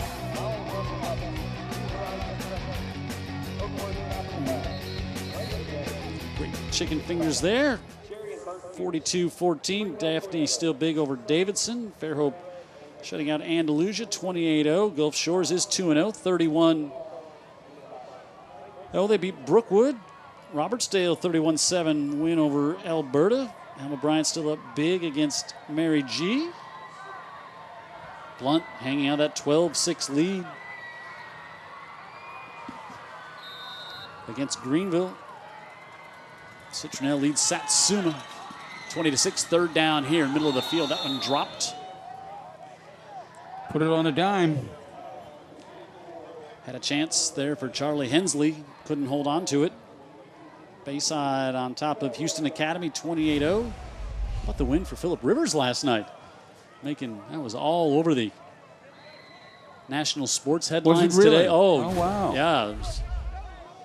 NFL on Fox retweeted Ben Thomas's interview, that a quick little soundbite he did with him after the game, and Phillip Rivers was just happy as could be, and he talked about, he said, I played 250-some games in the NFL, 50 in college. He said, but I think back to I'm going to try the 43-yard field goal here by Grayson Miles. He said, if I go back and think about my top 10 all-time greatest football memories, he said, I got 3 or 4 that come to mind real fast for when I was playing high school football up in North Alabama. No kidding. Out of all of them. And he said I was telling my you can tell the kids players that, and he said, he said we got some players that'll play at the next level, but most of them won't. So he's like, embrace this right now. And from a guy who, possible future Hall of Fame quarterback, this is going to be a 48-yard field goal attempt. That one starts left, and it's grabbed out of the end zone and cannot be returned by Fauntroy. But it was, the excitement that he had after the win over McIntosh, he was just so energetic, and he was just talking about how, let's be honest, he doesn't have to coach high school football. Maybe he's got 14 children. It's probably costly, but he's done pretty well, playing in the NFL as long as he did. So how some of his kids have got to be playing age already, right? Maybe?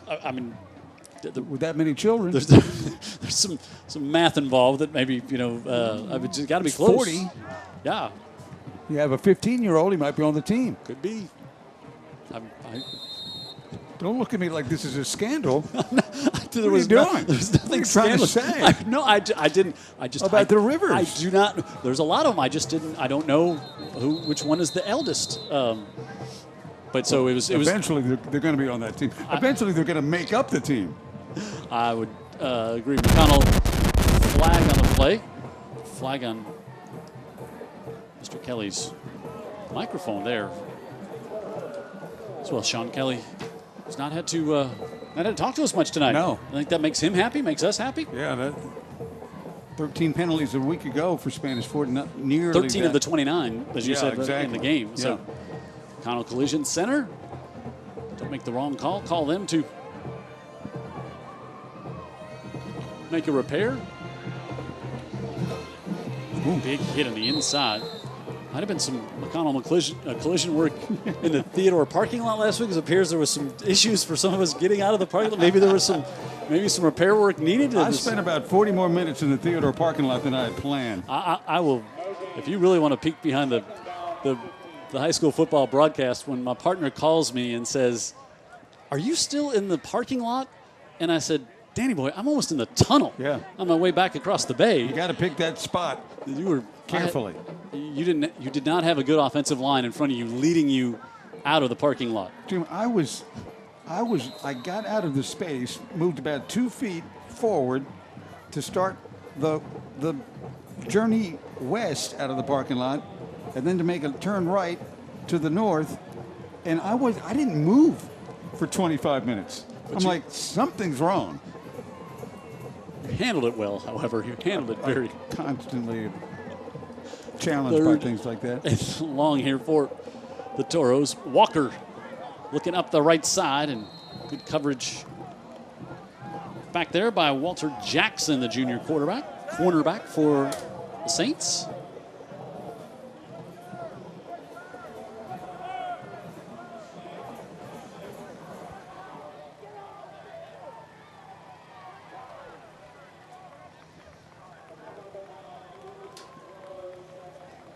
So we'll see St. Paul's offense come back out there.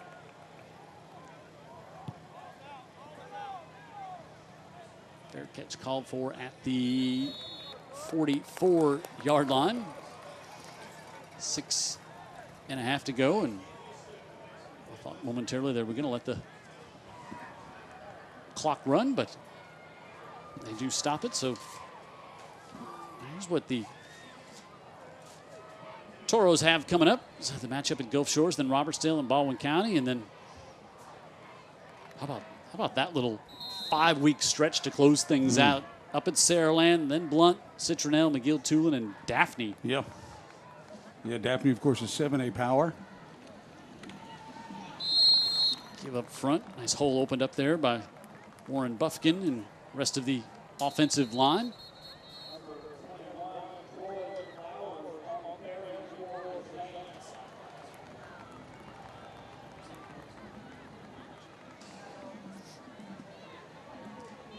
I'll bring up second down at about 6 and get our, maybe we'll take our heat timeout while they're stretching, and we will do that as well. 6:12 to go. All Toros, #1 team in 6A, looking every bit of it here tonight on Friday Night Rivals.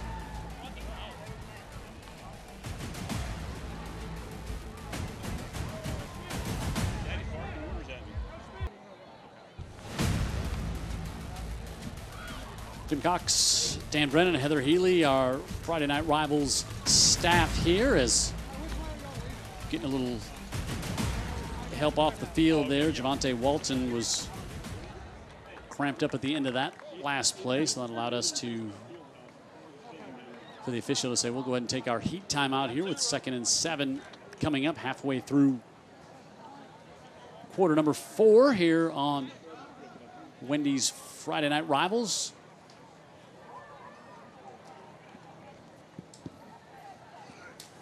Troy Flowers did get a couple of snaps at tailback.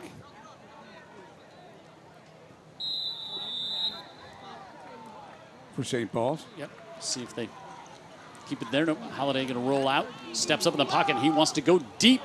And there was contact down there and overthrown, but now they finally throw the flag. Wow, it was really late on the far side as Spencer Marston was in the contact band back there. Landon Beach was back in coverage, and the official on the far side tossed that one well after the He couldn't get it out. He couldn't get out of the pocket. It was stuck in his pocket. See here on the replay, there was a bit of a takedown, and Marston was able to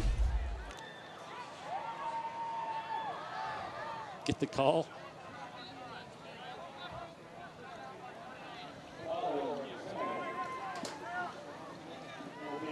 Move it up to the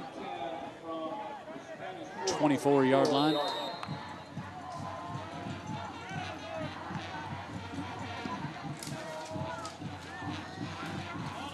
Oh, Holiday throws that one, picked on the far side. Fauntroy almost had one earlier, and now he makes a move on Holiday. Can he get away from him? And he will for the touchdown. Carl Fauntroy.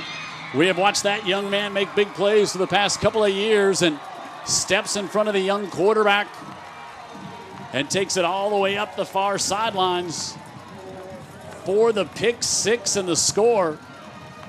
The player that comes to mind, maybe just because I watch so much Georgia football, but they had an all-conference safety the last several years, and he's doing really well in the pros. His name is Richard LeCount.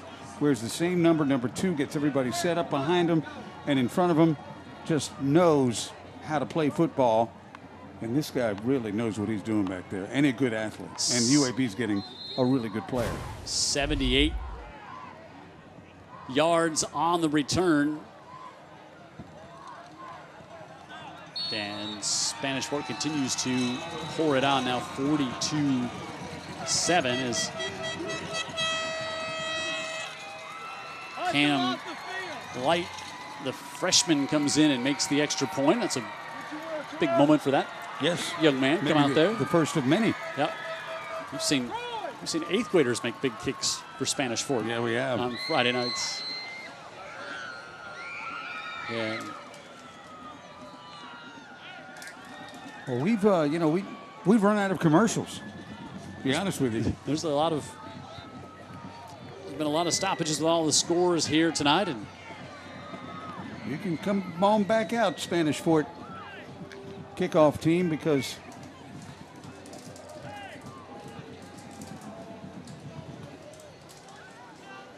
Michael Leland watching the game tonight, and they're big UMS fans, but the Buffkin family is like family to the Lelands. They watch football together on Fridays. They've been watching games of ours for years and years and years. And Warren, of course, the starting center for the Saints, he's had his hand full, going up against Williams and Snowden all night. I mean, that's a tough draw for any center. Buffkin going about 200 pounds, and he's been battling in there all night. Michael Leland, we've called that name out watching games for a long, very loyal fan. Long time. And the kickoff, and the Saints trying to set things up. Bracy back there. Hey, speaking of the Saints, and I just want to mention this briefly. Henry Laperouse playing tonight with a heavy heart, as his teammates are. Has lost his dad last night, Mike, after a long battle with cancer. So our thoughts are with that young man and the entire St. Paul's family. And he wanted to get out here and play tonight, and did that. So thinking about you, young man. No kidding. All right, now the Saints are going to change things up. Quarterback as well. Braxton Bird will come in, but not before a McConnell Collision Center flag on the play, which makes everyone on the field and watching. Was it necessary to call? It looks like it might be a face mask. So that was probably one they. All right. Jim, remind me how Williamson's doing that. Because they are St. Paul's next opponent. Yeah, they've scored 53 against the 4. They're trailing Faith 13-7 is the last score I have. And Braxton Bird, the freshman quarterback. Not much happening there, and try to get that. Greenville has taken a 14-12 lead over Blunt. Blunt was up 12-6 there. 35-0 Hewitt Tressville over Saraland. Theodore leads Baker 29-24. Big 7A Region 1 matchup.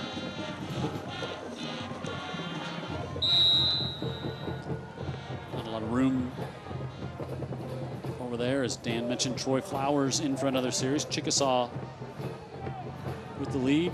Bayside over Houston Academy. We've done a Houston Academy game in the playoffs against UMS a long time ago. Boy, so long ago, I have no recollection of that one. Yeah, I do. Because I remember the coach was not real happy about the game. He wasn't super excited that the game was on TV. As Flowers tries to turn the corner because he knew what the outcome of that game was going to be, and it seemed we knew about halfway through the first quarter as well. It was one of those games where UMS totally outmatched them, and it was a huge victory by a wide margin for UMS. Well, you were able to go in your time machine and find the 30-0 game between these two teams back in 2011. Wow. I don't know if... All right, well maybe... maybe Fred Riley's watching. Maybe Fred could dig that up for us. I'm not... Riley now on staff? Yeah, well, I mean, there's the opportunity. We need an intern. We need an intern. And I think he's cycled out of that program. Let's see if we can. So that we have to go back. You're going for it. He's actually going for it. Go back a lot of years. Where did we pick this? Maybe at least 2010, maybe somewhere in there. Flowers. Maybe before.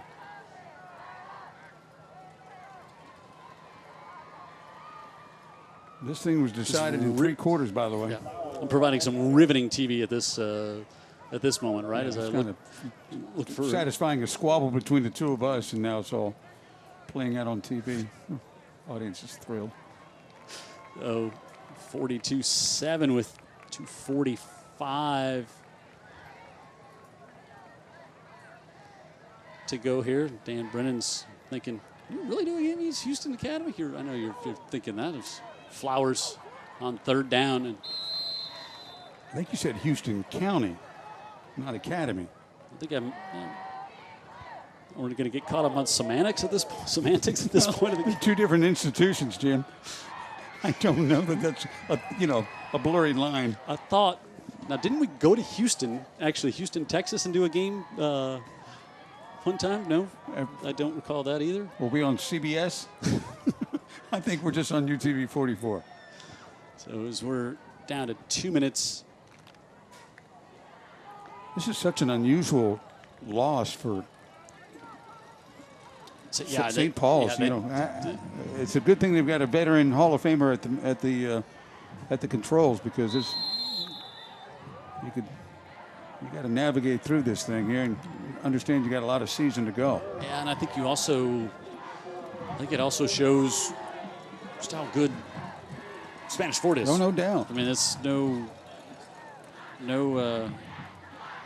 Well, I knew that, talking to Steve, it was pretty clear that he could see some things in this team, but he didn't feel like they were anywhere near it yet as far as what they could be even later this year. And then I knew Spanish Fort was pretty good. Yep. Read some things in preview. And when Ben said, we might be as good as our best team here that we've had. Might have a chance to be that good, right? I was like, wow, okay.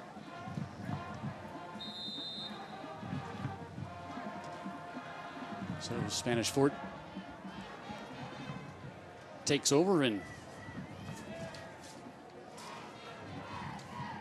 Braden Walker came in the 3rd quarter to replace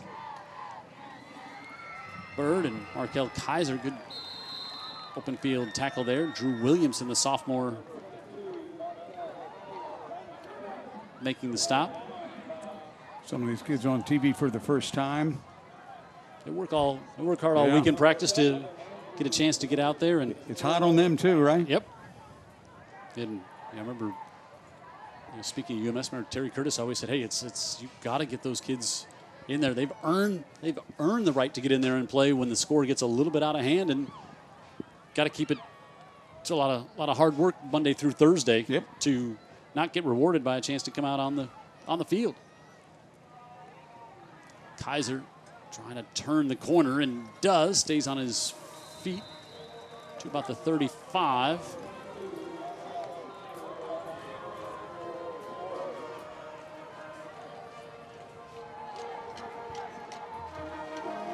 Pretty close to calling this one a wrap here, Jim. Maybe one more. Yep. One more run.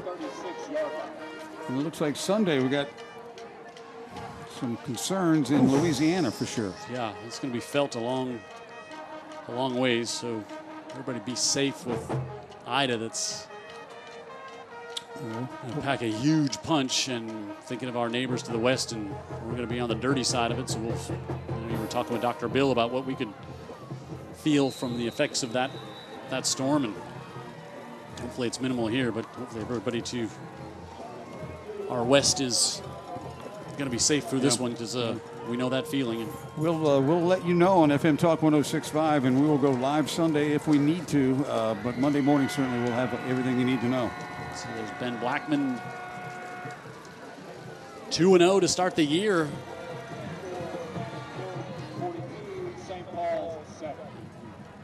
A lot of respect for between those two, and like I said, they don't have to play one another. They're not in the same region.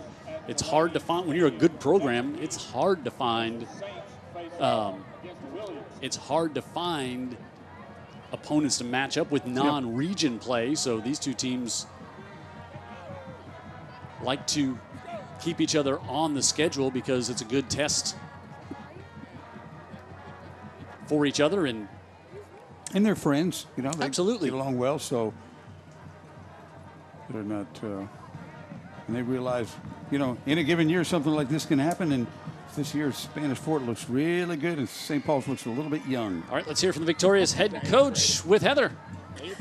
All right, Coach, it really was the half of turnovers for you. Third quarter, turnover, you capitalized on some points. Fourth quarter, pick six. Yeah. Talk about the control of this half that you had on both sides of the ball. Yeah, I'm proud of our guys, man. They came out and we had a rocky week of practice with the weather and the rain and all that, but they came out and performed well with great energy, great effort is what we asked for them, every week, and, they executed pretty decent. We got some turnovers and made some plays in the kicking game. I was really proud of. We improved from week 1 to week 2. Now we just got to get better from 2 to 3. Well, I was about to say, I just asked you a second ago, 2-0, but we still got a little ways to go. Yeah, absolutely. We got to improve every day. We can't be content, nothing. We got to get better. There's things we got to look at this film, and I'm sure we didn't do very well.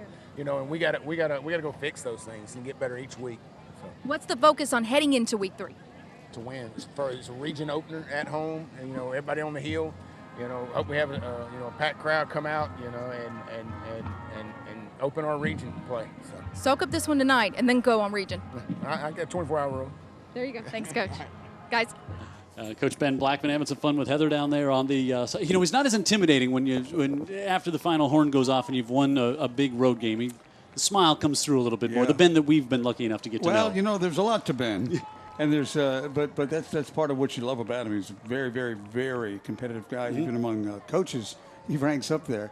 But happy guy today, and why not? They looked really terrific. Really ran away and had the game sealed probably by midway through 3 quarters. Yeah, and I think building blocks. St. Paul's going to try to find some in this game, and they're going to have to because, as you said, they got a tough task with Williamson coming up next week. They had a lot of trouble dealing with the defensive line for Spanish Fort. They got some rushing yards, but at the same time, penetration killed them on some plays, including trying to protect the young quarterback. So they've got a film that they can certainly find some errors to be corrected in what happened tonight. Our Hurt Reynolds players of the game to vote for, all from the Spanish Fort Toros. Carl Fauntroy, boy, he had a big game, and he's dominant over there defensively in that secondary, moving up in the linebacker spot.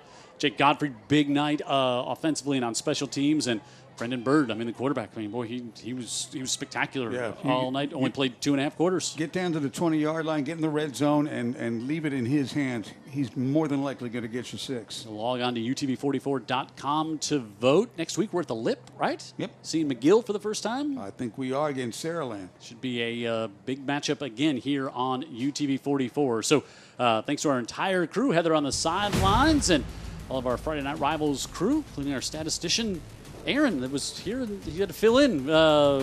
Great job, Jared Kihas, our entire crew.